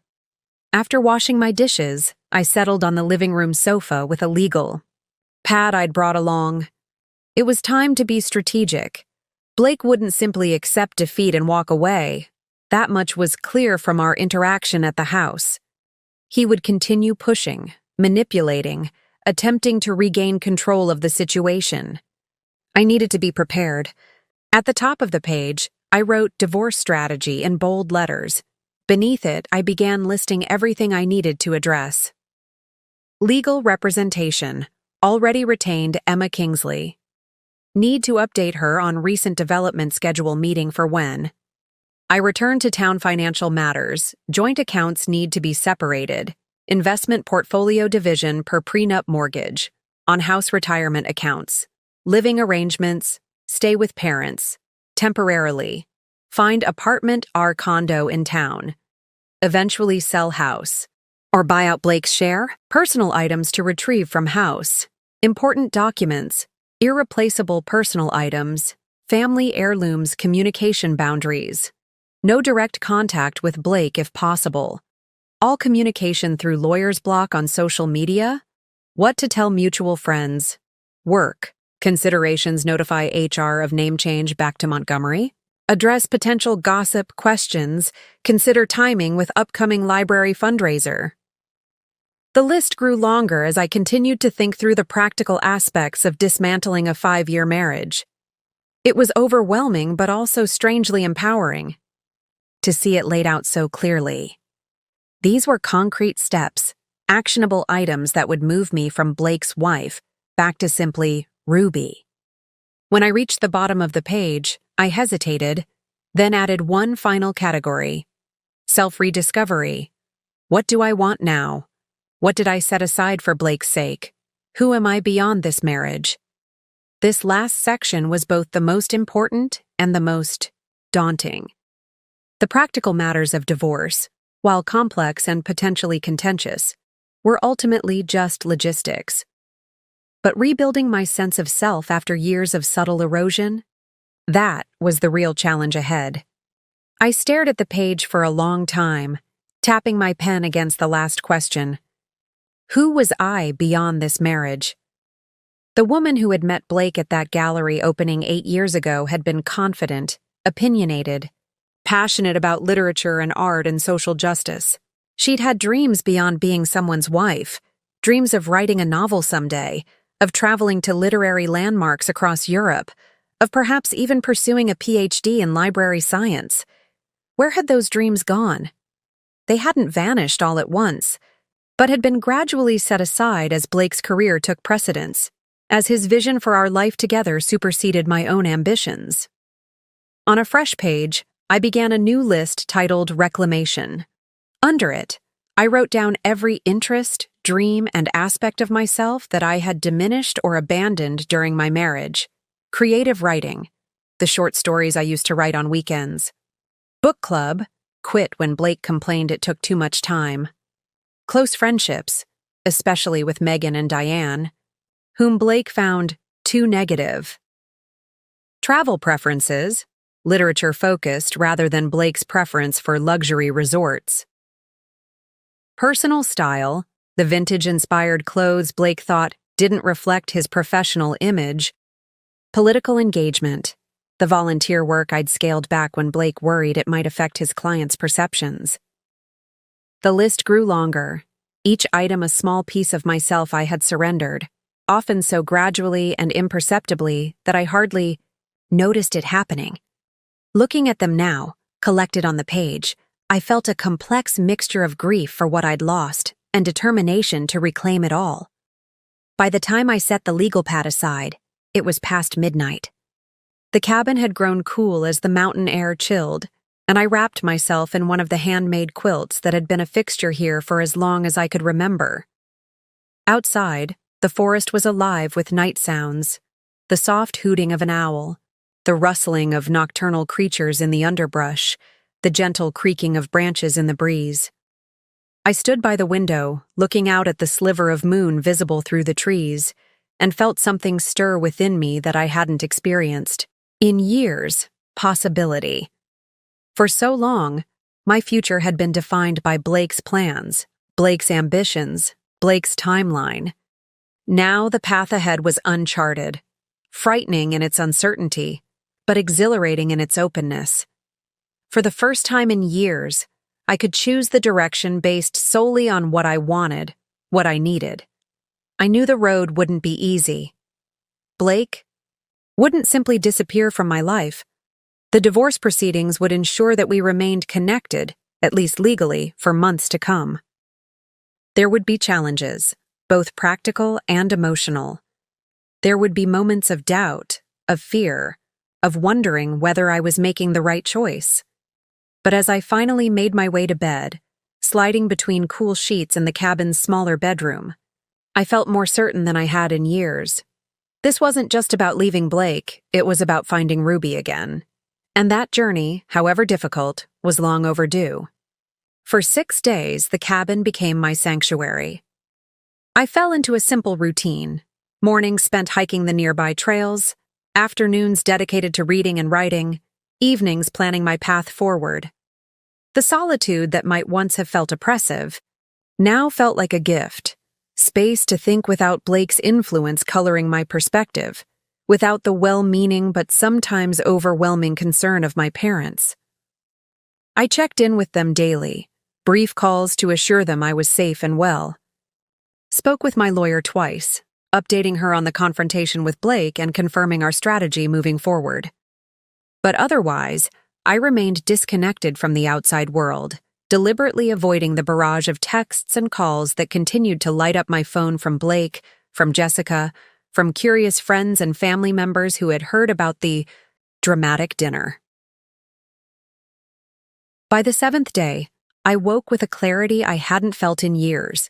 The mountain air, the distance, the time for reflection, all had combined to strengthen my resolve.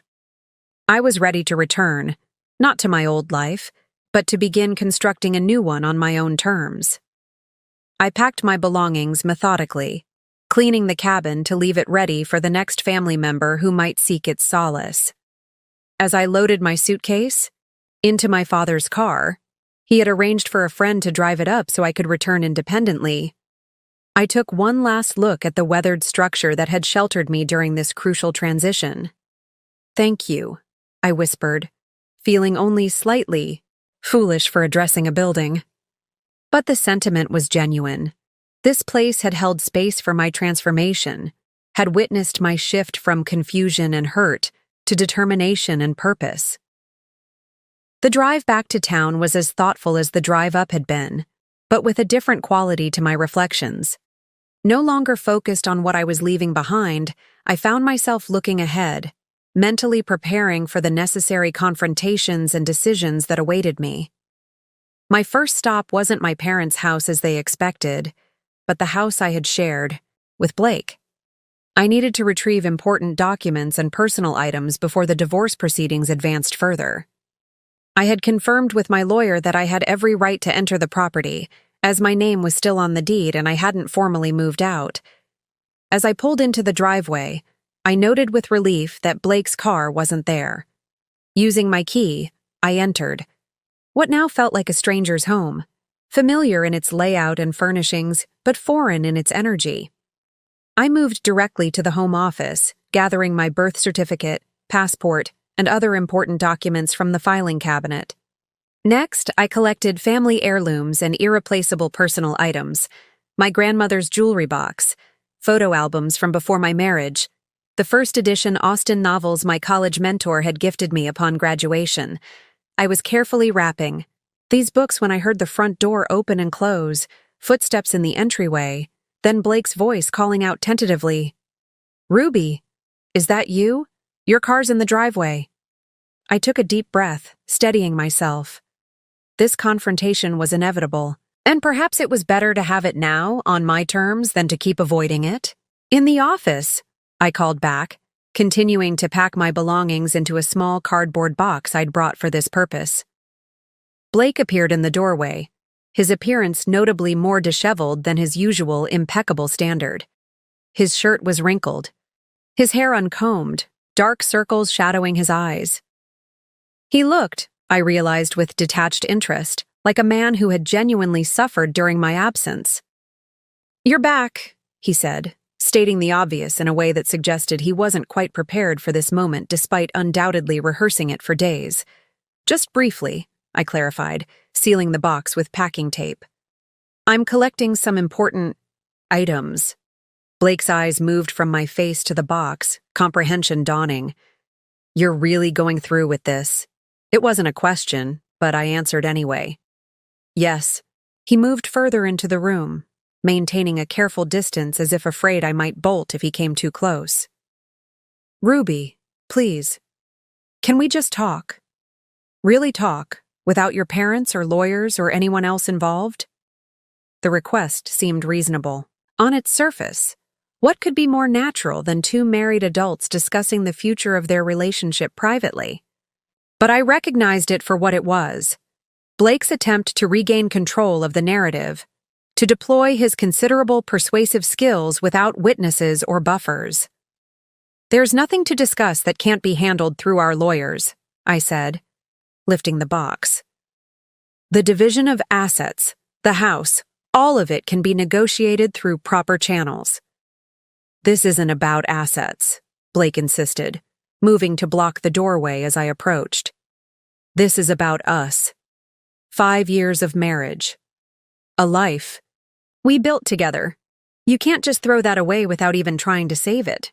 I set the box down on the desk, recognizing that this conversation needed to happen before I could truly move forward. Blake, what exactly do you think there is to save? You've been having an affair with my cousin for 8 months. You brought her to a family dinner to announce you were leaving me. Those aren't actions of someone invested in saving a marriage. He had the grace to look ashamed, at least momentarily. I made a terrible mistake, the worst mistake of my life.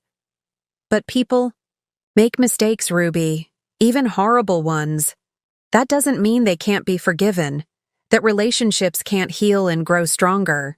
The words were perfect, the exact right balance of accountability and hope, delivered with just the right note of humility. Classic Blake, hitting all the emotional notes with precision. 6 months ago, even 3 months ago, I might have been swayed. But the woman standing before him now saw through the performance to the calculation beneath. This isn't about forgiveness, I said quietly. It's about recognizing a fundamental incompatibility that I've been ignoring for years. Even before Jessica, our marriage was built on me becoming smaller to accommodate your need to be large. I can't do that anymore, Blake. I won't. That's not fair, he protested, genuine hurt flashing in his eyes. I've supported your career, your interests. As long as they didn't interfere with yours, I finished for him. As long as they remained secondary to your ambitions, your preferences, your vision of our life. Blake ran a hand through his disheveled hair, frustration evident in the gesture. What do you want from me, Ruby? I'm admitting I was wrong. I'm asking for another chance. What more can I possibly do? The question hung in the air between us, and I considered it seriously. What did I want from Blake? Not reconciliation, not anymore. Not even particularly vindication or justice, though the divorce terms would need to be fair. What I truly wanted was something he couldn't give me, couldn't even understand he had taken in the first place. I want myself back, I said finally. The self I surrendered piece by piece during our marriage. But that's not something you can give me, Blake. It's something I have to reclaim on my own. And the first step is moving forward with this divorce. Blake's expression darkened, the sincere remorse giving way to something harder, more calculating. And you've decided this unilaterally. No discussion, no counseling, no chance for me to make amends. You've appointed yourself judge, jury, and executioner of our marriage. No, I corrected him. You did that when you started sleeping with Jessica, when you planned to leave me. I'm just accepting the verdict you already delivered. This isn't who you are, Blake said, his voice softer now, almost pleading. The Ruby I know wouldn't make such a drastic decision without at least trying to work things out. She's compassionate, forgiving, reasonable. The words struck me like a physical blow, not because they hurt, but because they illuminated so perfectly the dynamic that had defined our relationship. Blake wasn't describing who I actually was. He was describing the version of me he had cultivated. Compliant, accommodating, willing to overlook his transgressions for the sake of peace. "That's the thing, Blake," I said, meeting his gaze steadily. "You don't know who I am. Not anymore. Maybe you never did." I picked up the box again and moved toward the door. This time he stepped aside, perhaps recognizing the futility of further resistance. But as I passed him, he reached out, his fingers brushing my arm, not forcefully, but with enough intent to make me pause. "I still love you," he said, his voice barely above a whisper. "Despite everything, I never stopped loving you." For a moment, I allowed myself to remember the early days of our relationship, the genuine connection we'd shared, the hopes we'd nurtured, the future we'd planned together. There had been love there once, real and vibrant, but it had morphed into something unrecognizable, twisted by Blake's ego and my compliance until it hardly deserved the name. "I loved you too," I said simply. "But love shouldn't require one person to disappear so the other can shine." Without waiting for his response, I continued past him and down the stairs, each step feeling more decisive than the last. As I loaded the box into my car, I was aware of Blake watching from the doorway, a still figure framed by the house we had once shared. But I didn't look back as I drove away. There was nothing more to say, nothing more to see. The Ruby who had entered that house an hour ago was not the same woman who left it. I had crossed a threshold, moved beyond the possibility of return or reconciliation. The future stretched before me, uncertain but undeniably mine. As I drove to my parents' house, I pulled over once to send a brief text to my lawyer. Moving forward with divorce as discussed, no chance of reconciliation. Then I turned off my phone, severing the last tether to the life I was leaving behind. The point of no return had been reached, and despite everything, I felt lighter for having crossed it. 3 weeks after my return from the mountain cabin, I sat in my lawyer Emma Kingsley's office, reviewing the latest communication from Blake's legal team. Emma, a sharp-minded woman, in her 50s with a reputation for fair but formidable divorce settlements, frowned as she tapped a manicured nail against the document. "He's contesting the prenuptial agreement," she said, her tone suggesting this was both expected and irritating. "Claims it was signed under duress and doesn't reflect a fair division of assets acquired during the marriage."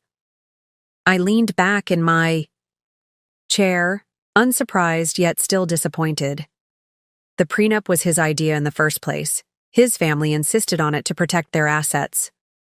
"Which is exactly why this challenge won't hold up in court," Emma assured me. "But it will delay things, which I suspect is precisely the point. Blake's playing for time." Time for what? I wondered. To wear me down? To hope my resolve would weaken? To find new leverage to pressure me into reconciliation? All seemed equally plausible given what I knew of Blake's strategic mind. In the weeks since our confrontation at the house, Blake had cycled through multiple approaches. First came the remorseful texts and voicemails, pleading for another chance. When those went unanswered, he switched to mutual friends as intermediaries, asking them to check on me, and subtly, or not so subtly, advocate for his case. When I politely but firmly shut down those conversations, he escalated to more dramatic gestures. Flowers delivered to my parents' house, a handwritten letter detailing all the ways he would change, even showing up at the library where I worked, with tearful apologies that left my colleagues uncomfortable and me mortified. Each attempt felt more desperate than the last, but also more manipulative, as if he were working through a playbook of tactics to regain control. None of them touched the core of me anymore. The Ruby who might have been swayed by such displays had been left behind in that mountain cabin, replaced by a woman who recognized these gestures for what they were.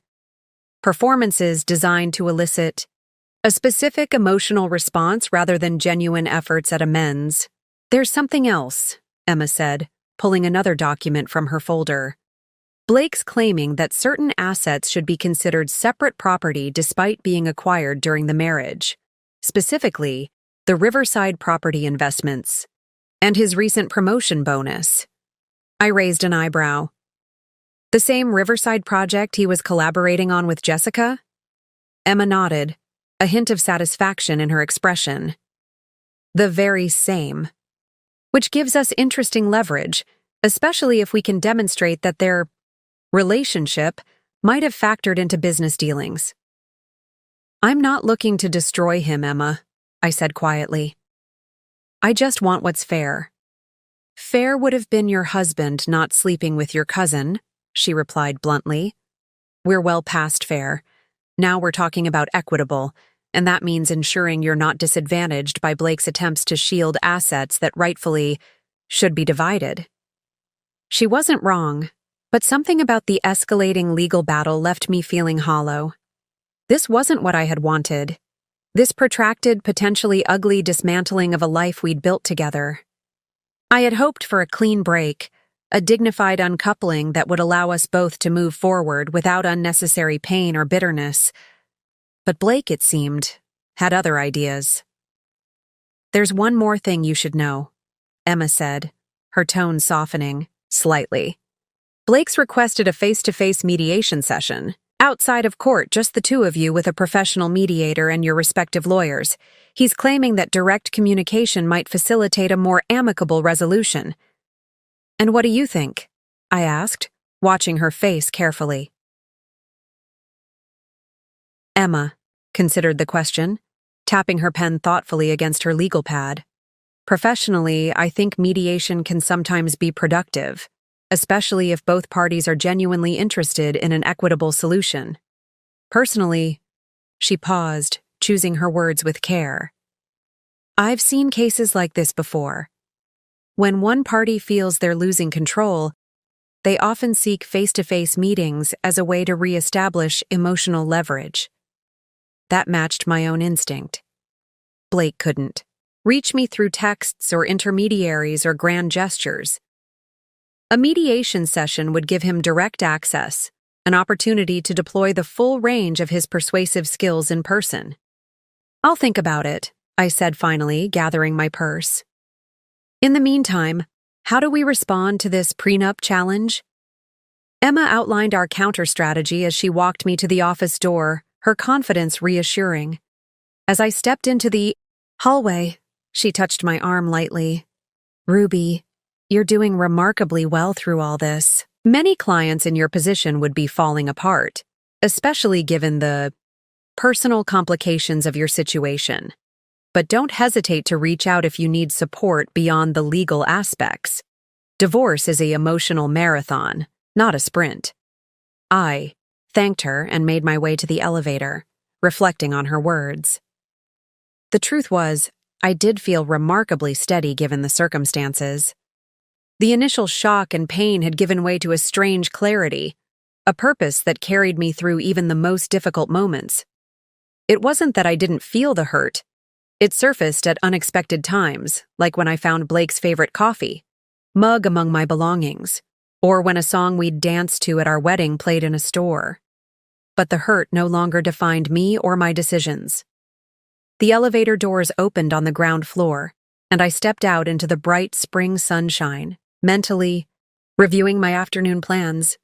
I had an appointment with a realtor to look at apartments, followed by coffee with my friend Diane, one of the friendships I was actively rekindling after years of letting it fade under Blake's subtle disapproval.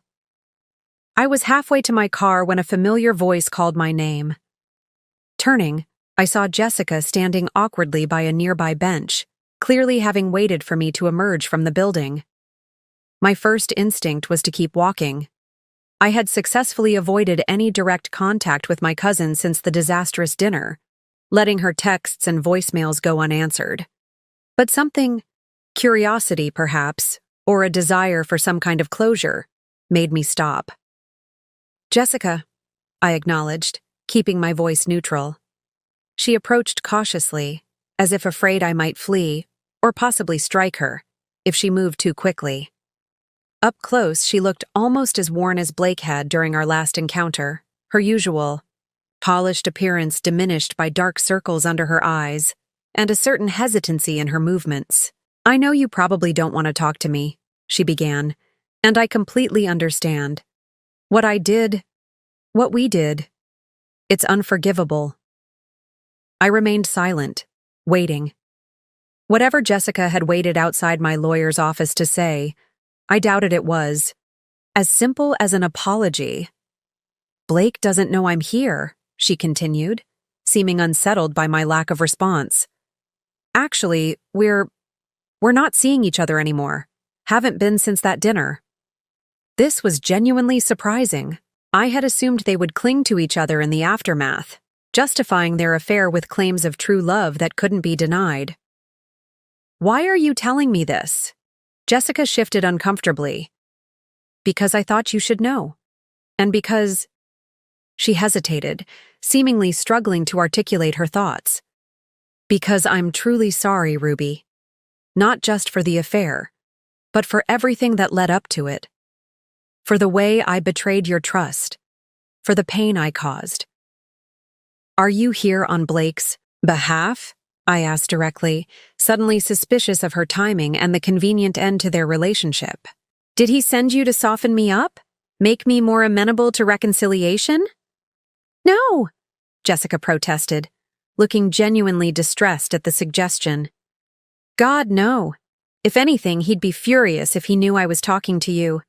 He's convinced I sabotaged everything by ending things with him right when he needed support." The pieces clicked into place. "So you left him, not the other way around." Jessica nodded miserably. After the dinner, seeing the way he handled everything, how manipulative he was, it was like suddenly seeing him clearly for the first time. And I didn't like what I saw. Jessica's revelation lingered in my mind as I drove to meet the realtor. The knowledge that she had ended things with Blake after witnessing his behavior at the dinner added a new dimension to the situation. But it didn't change the fundamental reality. My marriage was over, and no amount of context or explanation could resurrect it. The apartment viewing went smoothly. A modern one-bedroom in a renovated downtown building, walking distance from the library where I worked. It had none of the character of the craftsman home I was leaving behind, but perhaps that was appropriate. This next chapter of my life needed to be distinctly different from the one I was closing. "I'll take it," I told the realtor, surprising myself with the decisiveness. "When can I move in?" "The unit's available immediately," she replied, clearly pleased by the quick decision. "We could have the paperwork ready by tomorrow, and you could move in as early as next week." Next week. A concrete timeline for my new beginning. I signed the necessary preliminary forms, wrote a check for the deposit, and felt a weight lift from my shoulders. This tangible step forward, a space that would be mine alone, untainted by memories of Blake, felt like a victory, small but significant. My phone buzzed as I was leaving the building. A text from Diane confirming our coffee meeting, followed immediately by another from my mother. "Blake just left. He dropped off more divorce papers and asked about you. Your father sent him away but thought you should know." I sighed, tucking the phone back into my purse without responding. Blake's persistence was becoming increasingly intrusive, the legal maneuvers and personal visits forming a pattern that felt less like the actions of a man seeking reconciliation and more like someone unwilling to relinquish control. The coffee shop where I was meeting Diane was crowded, the afternoon rush filling every table. I spotted her in the corner, her auburn hair pulled back in a loose bun, a stack of papers spread before her, likely student essays from the high school English classes she taught. She looked up as I approached, her face breaking into a wide smile. "Ruby," she exclaimed, gathering her papers to make room. "God, it's good to see you. It's been too long." "That's my fault," I admitted, settling into the chair across from her. "I let too many friendships slide these past few years." Diane waved away my apology. Water under the bridge. Besides, I understand how it happens. Relationships take up space, and sometimes other connections get squeezed out, especially when your partner isn't exactly encouraging them. The gentle acknowledgement of Blake's influence touched me. Diane had always seen through him, had noticed the subtle ways he isolated me long before I recognized the pattern myself. It was one of the reasons our friendship had faded. Blake had found her too negative, too willing to question the perfect image of our marriage he worked so hard to project. Still, I said, I'm sorry, and grateful that you're willing to pick up where we left off. Diane reached across the table to squeeze my hand. Always. Now, catch me up on everything. The divorce, the apartment hunting, how you're really doing? Beneath that impressively composed exterior. For the next hour, I did exactly that. The words poured out of me. The discovery of Blake's affair, the confrontation at the dinner, my retreat to the cabin, and the ongoing legal battle. Diane listened, attentively, asking thoughtful questions, but mostly just providing the space for me to process out loud. "And Jessica actually sought you out to apologize?" she asked when I reached that part of the story. "That's unexpected." "It was," I agreed. "And I'm still not entirely sure what to make of it. Part of me wonders if it's some elaborate strategy Blake concocted, but she seemed genuinely distressed by how everything unfolded." Diane considered this. "People are complicated. Jessica did something terrible, unforgivable, really, but that doesn't mean she can't genuinely regret it or want to make amends. The question is whether her regret matters to you at all." "I don't know," I admitted. "Right now, I'm focused on moving forward. Processing Jessica's feelings or potential redemption isn't high on my priority list." "Fair enough," Diane nodded. "And what about Blake? You mentioned he's contesting the prenup. Do you think he's doing it to drag things out or because he genuinely believes he has a case?" I stirred my coffee, considering the question. "Both, maybe.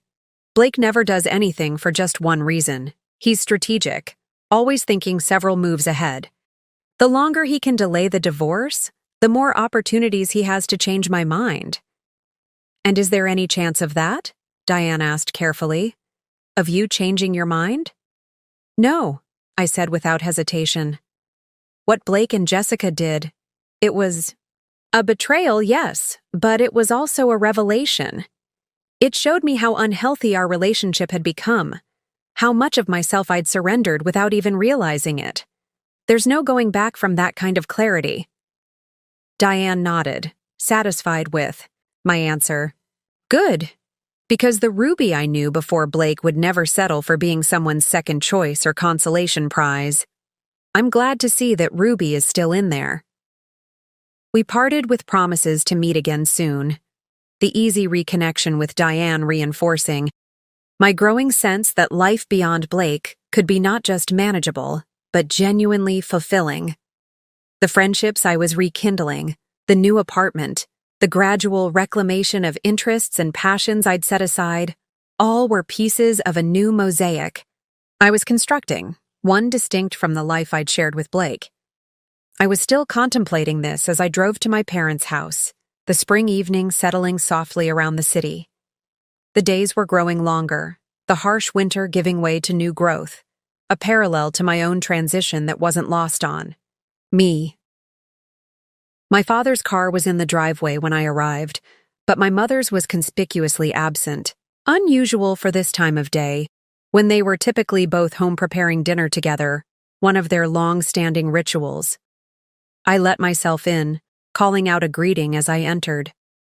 "Dad? I'm back from the apartment viewing. Where's Mom?" No answer came, but I heard movement from the living room. Assuming my father was engrossed in a book or perhaps on a phone call, I made my way down the hallway, already formulating how I would describe the apartment I'd just leased. I stopped short in the living room doorway. My father wasn't there. Blake was. He sat in my father's favorite armchair, an envelope on the coffee table before him, his posture tense despite his attempt at a casual demeanor. He looked up as I entered, his expression a careful blend of contrition and determination. "Blake," I said, my voice steadier than I expected it to be. "What are you doing here? Where are my parents?" "Your mother had a garden club meeting," he replied. "Your father got called in to help a friend with car trouble. They should be back in an hour or so." The calculated timing, waiting until I would be alone with him, sent a chill through me. "You need to leave. Now." "Ruby, please," he said, rising from the chair. "Just hear me out. 10 minutes, that's all I'm asking. Then I'll go if you still want me to." I remained in the doorway, maintaining the distance between us. "Anything you have to say can be communicated through our lawyers. You know that." "Some things can't be conveyed through legal documents," Blake insisted, gesturing to the envelope on the coffee table. "This is important, Ruby. It's about our future." "We don't have a future, Blake. Not together." "I signed a lease on a new apartment today. I'm moving forward with the divorce. There's nothing left to discuss." Something flickered across Blake's face. Surprise, perhaps, or frustration that I was continuing to deviate from his script. He hadn't expected me to have progressed so far in my plans without him, to be making decisions independently of his influence. "An apartment?" he echoed. "Ruby, that's ridiculous. We have a home, a beautiful home that we chose together. Why would you downgrade to some apartment when you don't have to?" The question was so perfectly Blake, focused on appearances, on what seemed appropriate or advantageous from a social perspective, rather than what I actually wanted or needed. It reminded me, with stark clarity, of how fundamentally mismatched we had become. "Because I want a fresh start," I said simply. "A place that's just mine, where I make all the decisions, from the color of the walls to the arrangement of the furniture." Blake took a step toward me, stopping when I instinctively tensed. "I know I hurt you," he said, his voice softening. "What I did with Jessica was inexcusable. But Ruby, we built a life together, a good life, despite my mistakes. Are you really willing to throw that all away without even trying to repair it?" The familiar refrain struck me differently now, heard through the lens of my growing clarity. Blake wasn't truly asking if I was willing to abandon our marriage. He was asking if I was willing to abandon the narrative he had constructed for us, the carefully managed image of a perfect partnership that had never actually existed. "This isn't about Jessica," I said quietly. "Or not just about her. This is about the fact that I don't recognize the woman I became in our marriage. The woman who silenced her own opinions to avoid conflict, who gave up friendships because you found them inconvenient, who stopped writing, stopped dreaming, stopped taking up space because you needed all the oxygen in the room." Blake's expression hardened, the facade of humble contrition slipping to reveal the frustration beneath. "That's not fair. I never asked you to stop writing or give up friendships. If you chose to do those things, that was your decision, not mine." And there it was, the subtle shifting of responsibility, the reframing that had always been Blake's specialty. In his version of our marriage, any sacrifices I had made were entirely of my own choosing, uninfluenced by his subtle pressure or disapproval. "You didn't have to ask directly," I replied, maintaining my calm despite the anger building inside me. "You just had to sigh heavily when I mentioned meeting Diane for coffee or make dismissive comments about my hobby writing or schedule client dinners whenever I had book club. Death by 1,000 cuts, Blake. That was your specialty." Blake's jaw tightened, a muscle twitching just below his temple, a tell I recognized from countless arguments over the years. It signaled the moment when his carefully constructed, reasonable facade began to crack, revealing the entitlement and anger beneath. "So that's it? You've constructed this convenient narrative where I'm the villain who suppressed you, And now you get to walk away feeling righteous?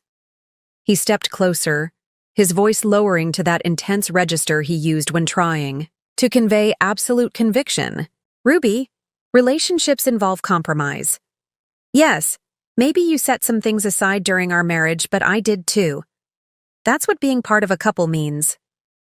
I held my ground, neither advancing nor retreating. What exactly did you compromise? Blake, your career always came first. Your preferences dictated our social circle, our vacations, even the neighborhood we lived in. Name one significant sacrifice you made for my happiness. The direct challenge caught him off guard. Blake opened his mouth, then closed it again, clearly searching for an example that would prove me wrong. I supported your decision to take the head librarian position even though it meant less flexibility in your schedule. I couldn't help the laugh that escaped me, short and bitter. You supported my career advancement? That's your example of sacrifice?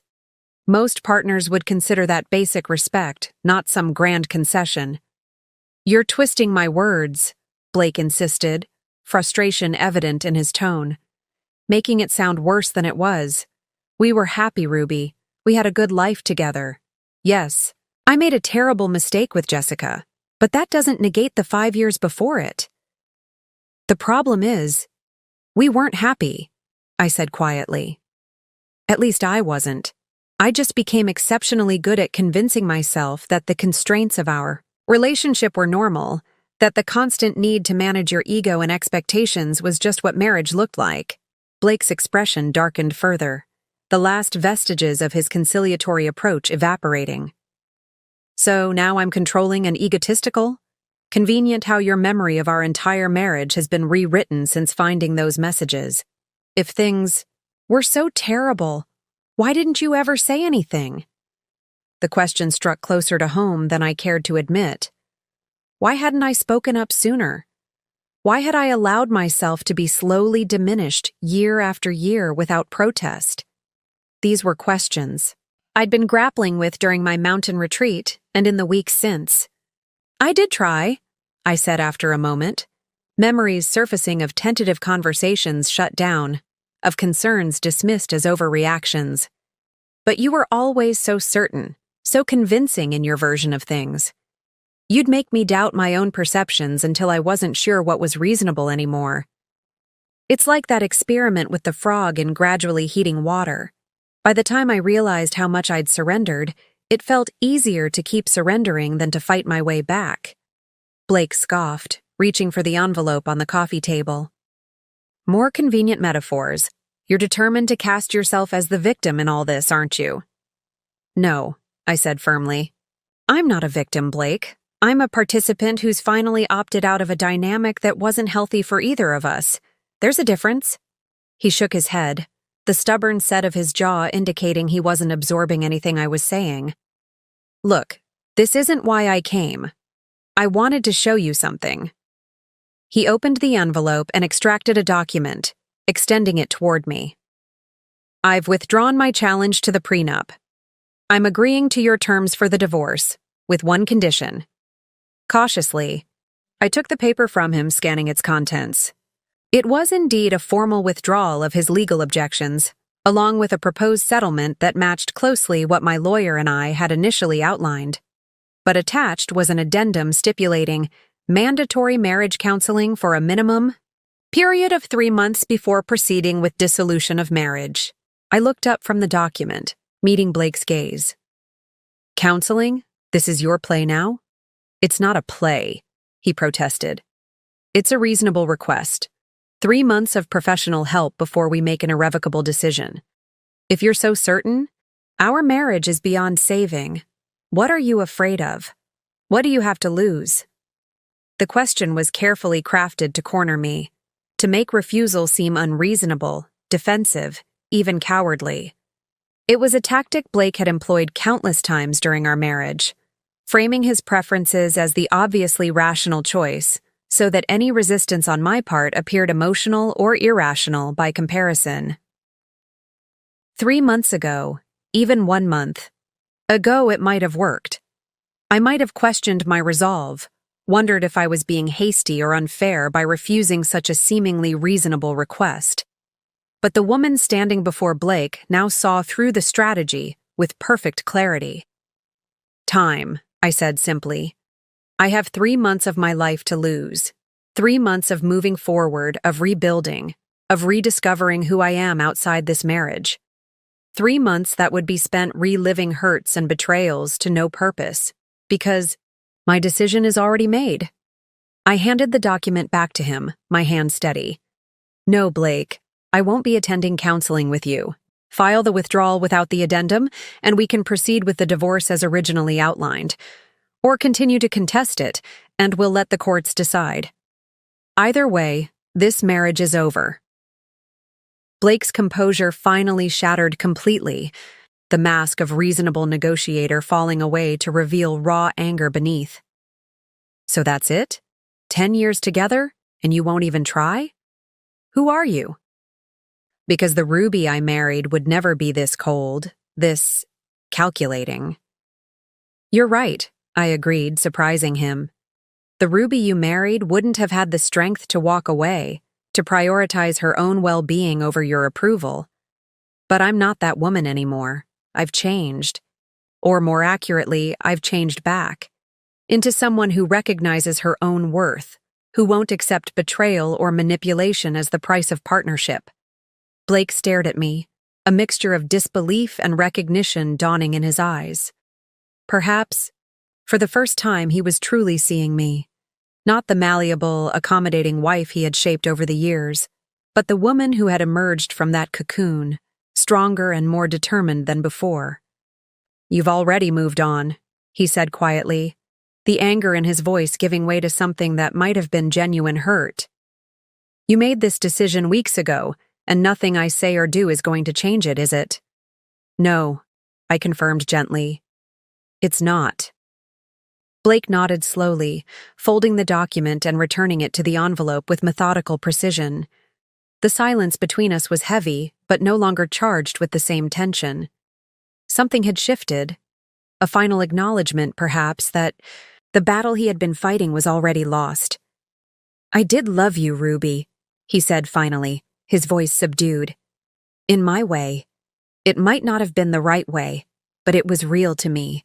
For the first time since discovering his betrayal, I felt a flicker of genuine sympathy for Blake.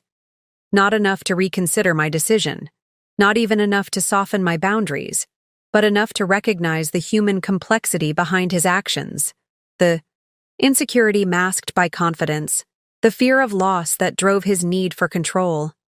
"I know," I said quietly. "I loved you too, but love isn't enough when it costs you yourself."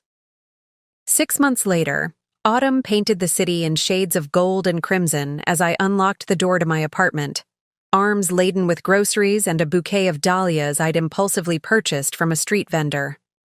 The space that had initially felt temporary, even transitional, had gradually transformed into a true home. My home, with every element reflecting my own preferences and choices. Soft gray walls showcased framed prints of my favorite literary landscapes: Pemberley, Thornfield, Hall, Manderley, alongside photographs from my recent weekend trips exploring nearby small towns and hiking trails. Bookshelves lined one wall of the living room, organized not by Blake's preferred system of color and size, but by my own more intuitive groupings of theme and emotional resonance. A writing desk positioned near the window overlooked the park. Across the street, its surface scattered with notes for the novel I'd finally begun writing after years of relegating my creativity to someday. The divorce had been finalized 3 months earlier, Blake ultimately withdrawing his objections after our confrontation at my parents' house. The settlement had been fair, perhaps even generous on his part, whether from genuine remorse or a desire to expedite the process and preserve his professional reputation. I couldn't say for certain. The house had been sold, the proceeds divided according to the prenuptial agreement. The last I'd heard, Blake had accepted a position with a prestigious firm in Chicago, making a clean break from Lakeside and the whispered gossip that had inevitably followed our split. As for Jessica, Our paths had crossed only once since her unexpected apology outside my lawyer's office. At my great-aunt Maureen's 80th birthday celebration 2 months ago, we had exchanged brief civil greetings before naturally gravitating to opposite ends of the gathering. The tension had been palpable, but manageable, the family rallying, to create buffer zones, to ensure our comfort without explicitly acknowledging the elephant in the room. It wasn't forgiveness, not yet, but it was a tacit agreement to coexist without dragging others into the lingering aftermath of her betrayal. I arranged the dahlias in a cobalt blue vase, a housewarming gift from Diane, and set it on the dining table, their vibrant colors brightening the already warm space. My phone chimed with a text from Kenneth. "Still on for dinner tomorrow?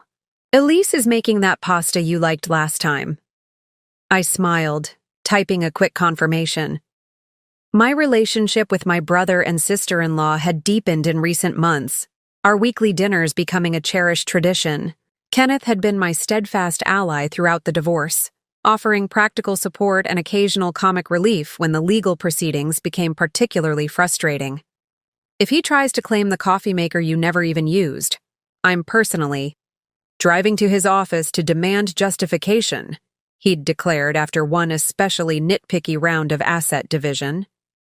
The groceries put away, I changed into comfortable clothes and settled at my writing desk, reviewing the pages I'd completed the previous evening. The novel, a story about a woman rebuilding her life after loss, had begun as thinly veiled autobiography, but had evolved into something more nuanced, more universal in its exploration of identity and transformation. My protagonist wasn't me, not exactly, though she carried echoes of my experiences transformed through the alchemy of fiction. Writing had become my anchor in this new reality, a daily practice that connected me to my authentic self after years of disconnection. The words didn't always flow easily, and some days produced more frustration than progress.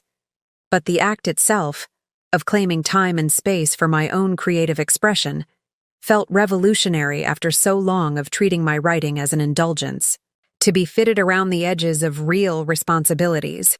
My phone chimed again, this time with an email notification from the library board, confirming my proposal for a new community program. A series of writing workshops for women in transition, whether through divorce, career change, empty nesting, or other life shifts. The idea had come to me during a conversation with my therapist, another new addition to my life, part of my commitment to processing the marriage and its aftermath in healthy ways, rather than simply pushing forward without reflection. Many women lose their connection to their own voice during relationships, Dr. Winters had observed during one of our sessions. Finding ways to reclaim and strengthen that voice can be deeply healing, not just for you, but potentially for others, experiencing similar transitions. The board's enthusiastic approval of the program felt like confirmation that I was moving in the right direction, that the painful dismantling of my marriage could yield something constructive, even beautiful. In its aftermath, the workshops would begin in January, a fitting start to a new year, a new chapter. A knock at my door interrupted my thoughts. Puzzled, I wasn't expecting anyone. I approached cautiously and checked the peephole. Rita stood in the hallway, a casserole dish in her hands and a worried expression on her face that immediately set off alarm bells. My mother rarely made unannounced visits, and never looked this concerned without serious cause. I opened the door quickly. "Mom? Is everything okay? Is Dad?" "Your father's fine," she assured me, stepping inside. "Everyone's fine. I thought you might want some company tonight, and I brought lasagna." The forced casualness in her tone only increased my suspicion. "Mom, what's going on? You're a terrible liar. Always have been." Rita sighed, setting the casserole on the counter, before turning to face me. "I ran into Jessica at the supermarket. She mentioned that Blake is in town for a few days. Something about finalizing details with his old firm before his permanent move to Chicago." "Ah," I said, understanding dawning. "And you thought I might fall apart at this news? So you rushed over with emergency pasta?" My mother had the grace to look slightly embarrassed. When you put it that way, it does seem a bit overprotective. I smiled, genuinely touched by her concern despite its unnecessary nature. I appreciate the thought and the lasagna, but I'm fine, Mom. Blake being back in town doesn't change anything for me. You're sure? Rita studied my face, perhaps looking for signs of distress or uncertainty. It would be perfectly natural to have complicated feelings about it. The only complicated feeling I have right now is trying to decide whether to have salad or garlic bread with that lasagna, I replied lightly. Seriously, Mom. Blake's presence in Lakeside doesn't affect me anymore. That chapter is closed. And as I said the words, I realized they were absolutely true. The thought of potentially encountering Blake at a restaurant, on the street, in the park across from my apartment, didn't fill me with dread or anxiety, or even lingering anger. He was simply a person from my past, a character in a story that had concluded. Important once, certainly, but no longer central to my narrative. Well, my mother said, seeming both relieved and slightly surprised by my genuine nonchalance. In that case, the answer is obviously both salad and garlic bread. I brought those too, just in case. Winter descended on Lakeside with unusual gentleness that year, light dustings of snow transforming the city into a glittering wonderland rather than the harsh, bitter landscape we often endured. From the window of the library's community room, I watched a few stray flakes dance in the afternoon light as the women gathered their notebooks and pens, conversations continuing even as the workshop officially concluded. The writing program had exceeded all my expectations. What began as 12 participants had grown to nearly 20 women, ranging in age from 24 to 73, each navigating some form of significant transition.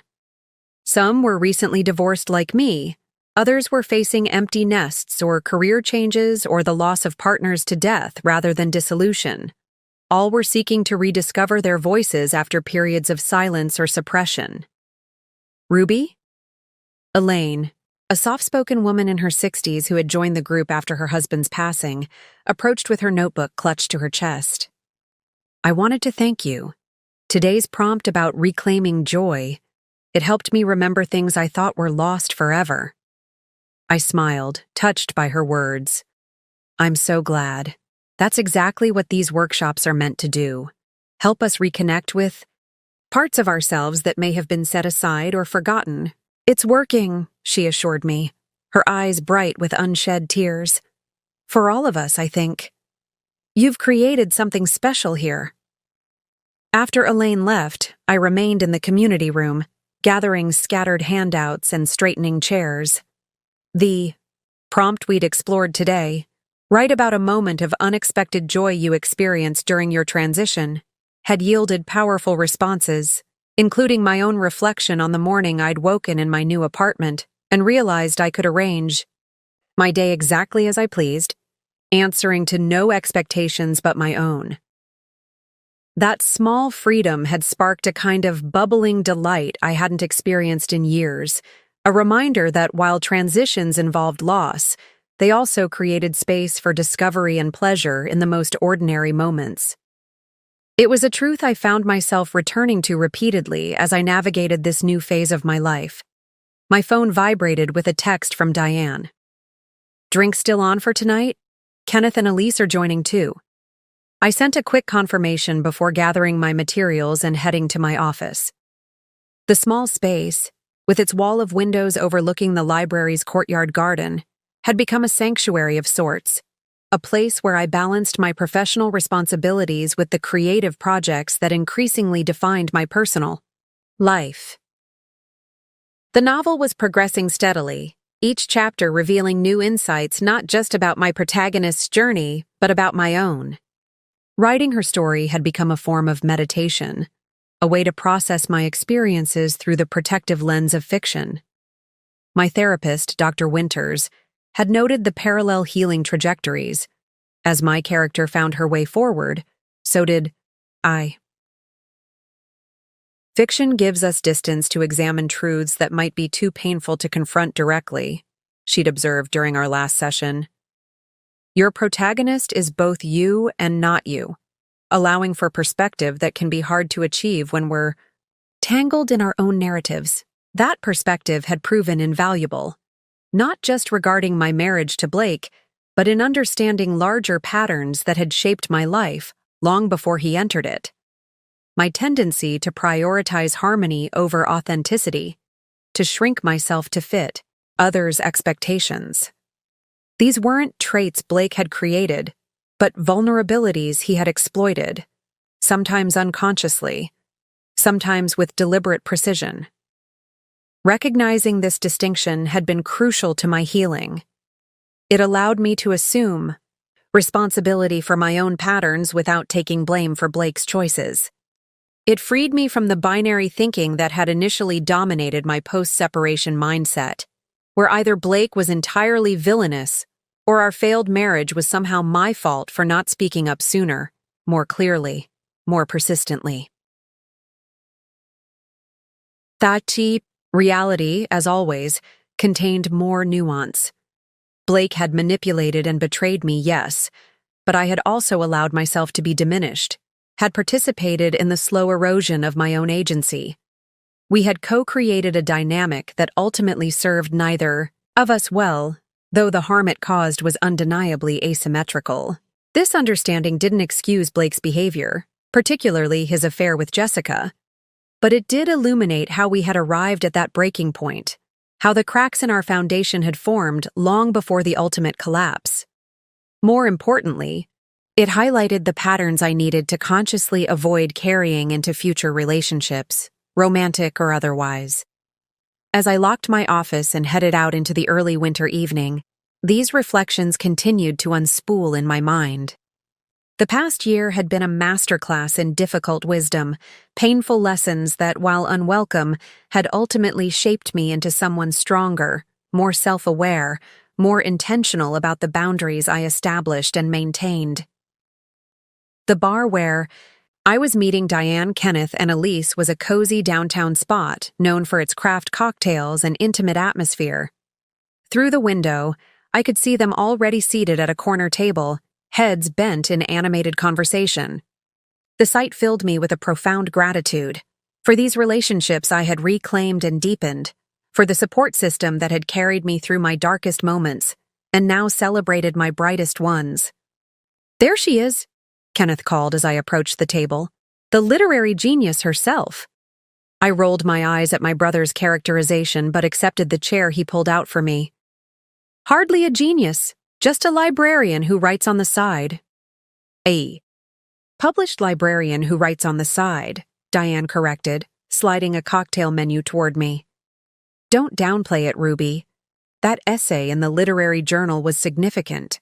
The publication she referred to, a personal essay about reclaiming one's voice after silence, had been accepted by a respected literary journal just 2 weeks earlier.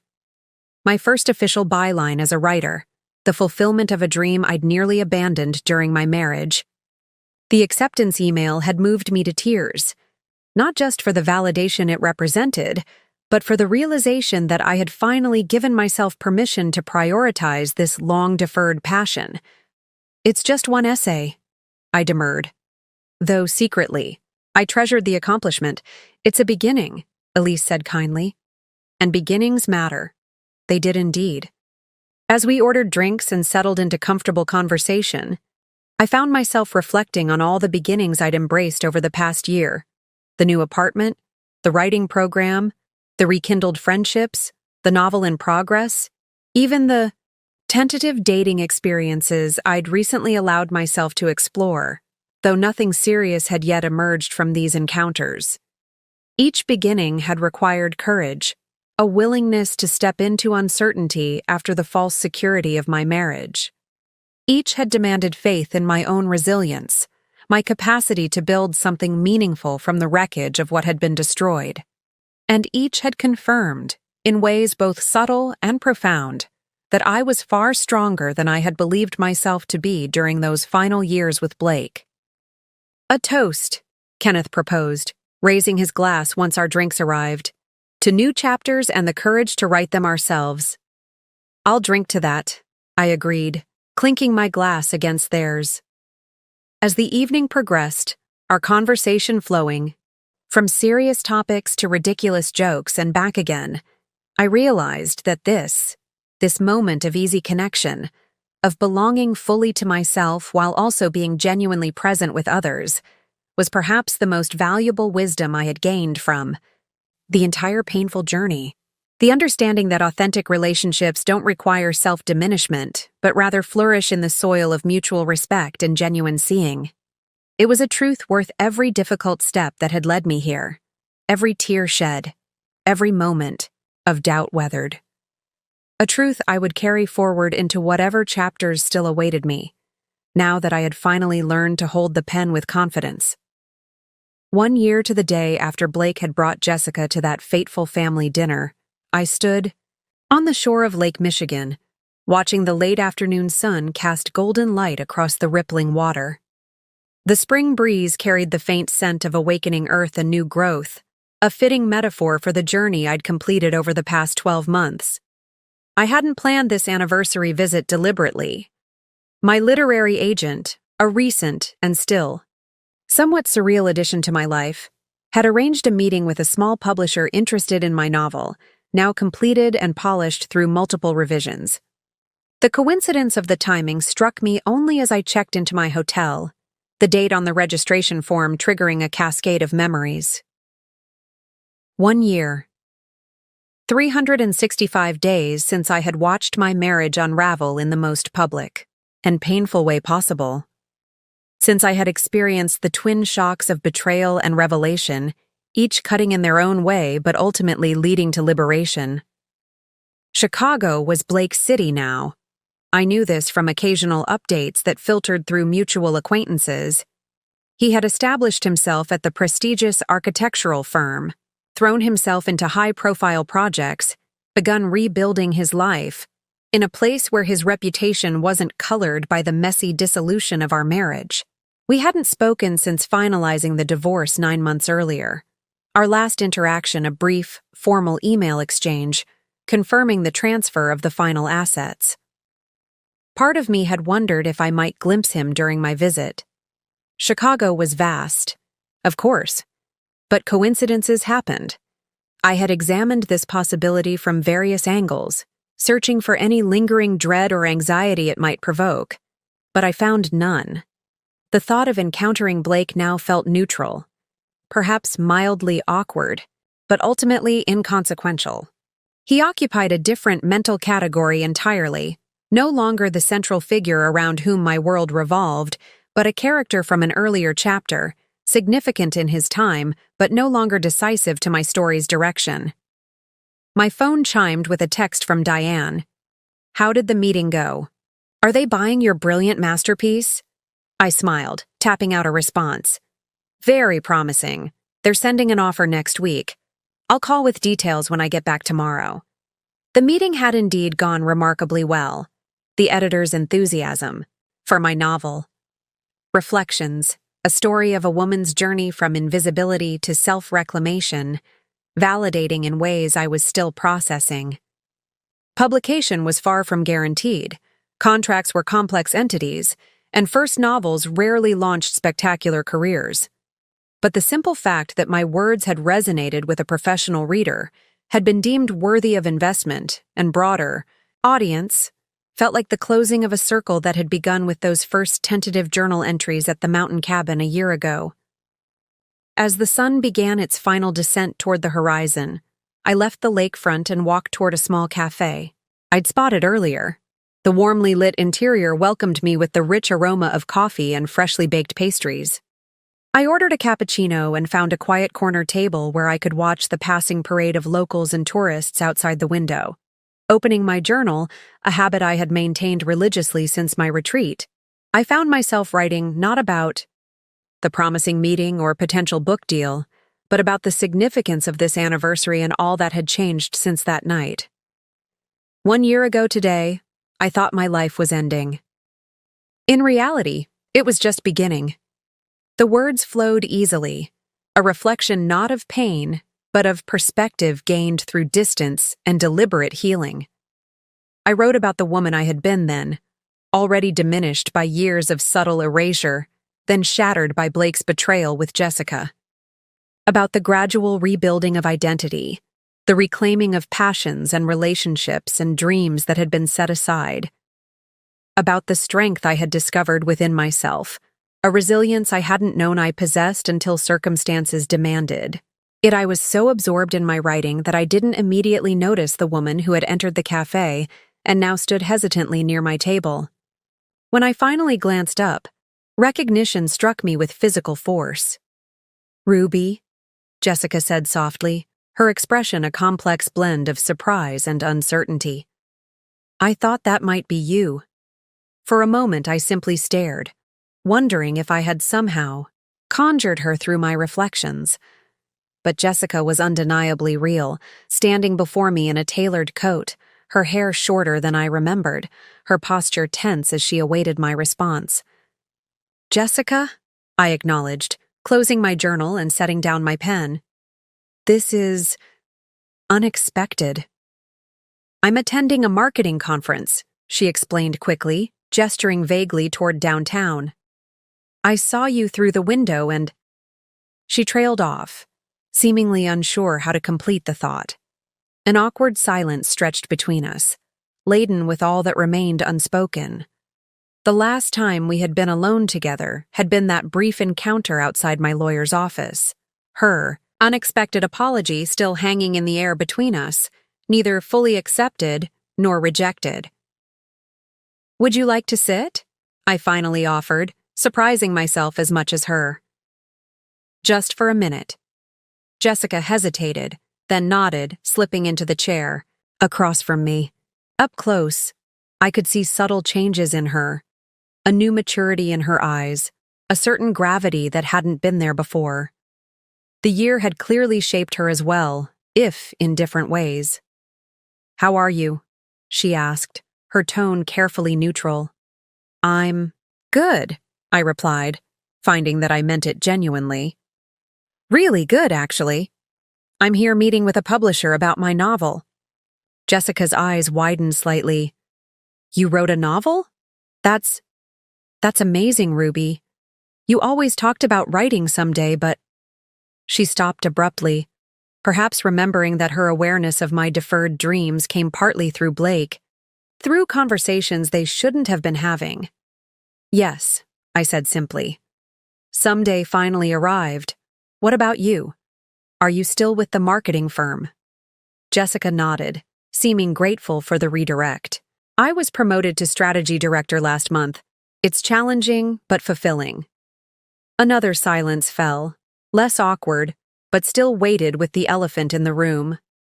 Finally, Jessica met my gaze directly. "I've thought about you often," she said, quietly.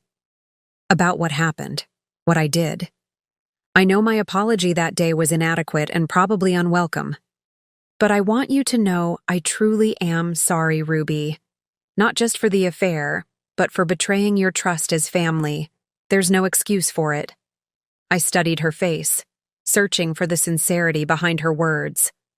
What I found wasn't performative remorse or strategic contrition, but genuine regret, the kind that comes from difficult self-examination and growth. "Have you seen Blake since?"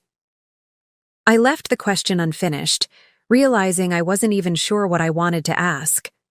"No," Jessica answered firmly. "Not since ending things after that dinner. He tried to contact me a few times during your divorce proceedings, but I didn't respond. Some lines once crossed can't be uncrossed, but some mistakes once recognized don't have to be repeated." The wisdom in her words struck me, not because it absolved her of responsibility for the pain she had caused, but because it reflected a parallel journey of reckoning and growth. Jessica had made terrible choices, had participated in the betrayal that catalyzed the collapse of my marriage, but she, too, had faced consequences and emerged changed by them. "I don't know if I can ever fully forgive what happened," I said honestly, "but I'm not carrying the anger anymore. It takes too much energy. Energy better spent on building something new. Jessica nodded, understanding in her eyes. That's more than fair. More than I deserve, probably. As she rose to leave a few minutes later, having declined my reflexive offer to stay for coffee, Jessica paused, seeming to debate whether to say something more. He's not happy, you know, she said finally. Blake. From what I hear through mutual friends, he's successful in Chicago. But something's missing. I think he finally realizes what he lost. Who he lost. I absorbed this information with a strange detachment, neither pleased by Blake's apparent discontent nor troubled by it. His happiness or unhappiness had ceased to be my concern, a liberating truth that had taken months to fully internalize. I hope he finds his way, I said sincerely, just as I've found mine. As I watched Jessica leave, disappearing into the stream of pedestrians outside, I felt an unexpected sense of closure, not just regarding her betrayal, but regarding the entire chapter of my life that had concluded a year ago. The pain hadn't disappeared entirely. It had transformed into wisdom, into growth, into a deeper understanding of both my vulnerabilities and my strengths. I reopened my journal, returning to the reflection I had begun before Jessica's appearance. The final lines came with perfect clarity. 1 year ago, I stood in the wreckage of a life I thought was mine, only to discover it had been built on compromises that diminished my true self. Today, I stand in the foundation of a new life, one constructed choice by choice, dream by dream, word by word. The architect of this life isn't Blake or Jessica or anyone else who once claimed power over my happiness. It's me. It has always been me. I just needed to remember how to hold the pen and write my own story. I closed the journal and watched as the last golden light of day painted the Chicago skyline in hues of amber and rose. Tomorrow I would return to Lakeside, to my apartment, my writing desk, my community of friends and family who had supported me through this transformation. But I would return changed, stronger, clearer, more fully myself than I had been in years. The woman who had once stood frozen in humiliation at a family dinner, watching her marriage publicly unravel, had become someone new, or perhaps more accurately, she had become herself again. The self that had been waiting all along, beneath the layers of compromise and accommodation, ready to emerge when the moment finally arrived. That moment had come disguised as catastrophe. But looking back now, with the perspective of a year's growth and healing, I recognized it for what it truly was: liberation. Up next, you've got 2 more standout stories right on your screen. If this one hit the mark, you won't want to pass these up. Just click and check them out. And don't forget to subscribe and turn on the notification bell so you don't miss any upload from us.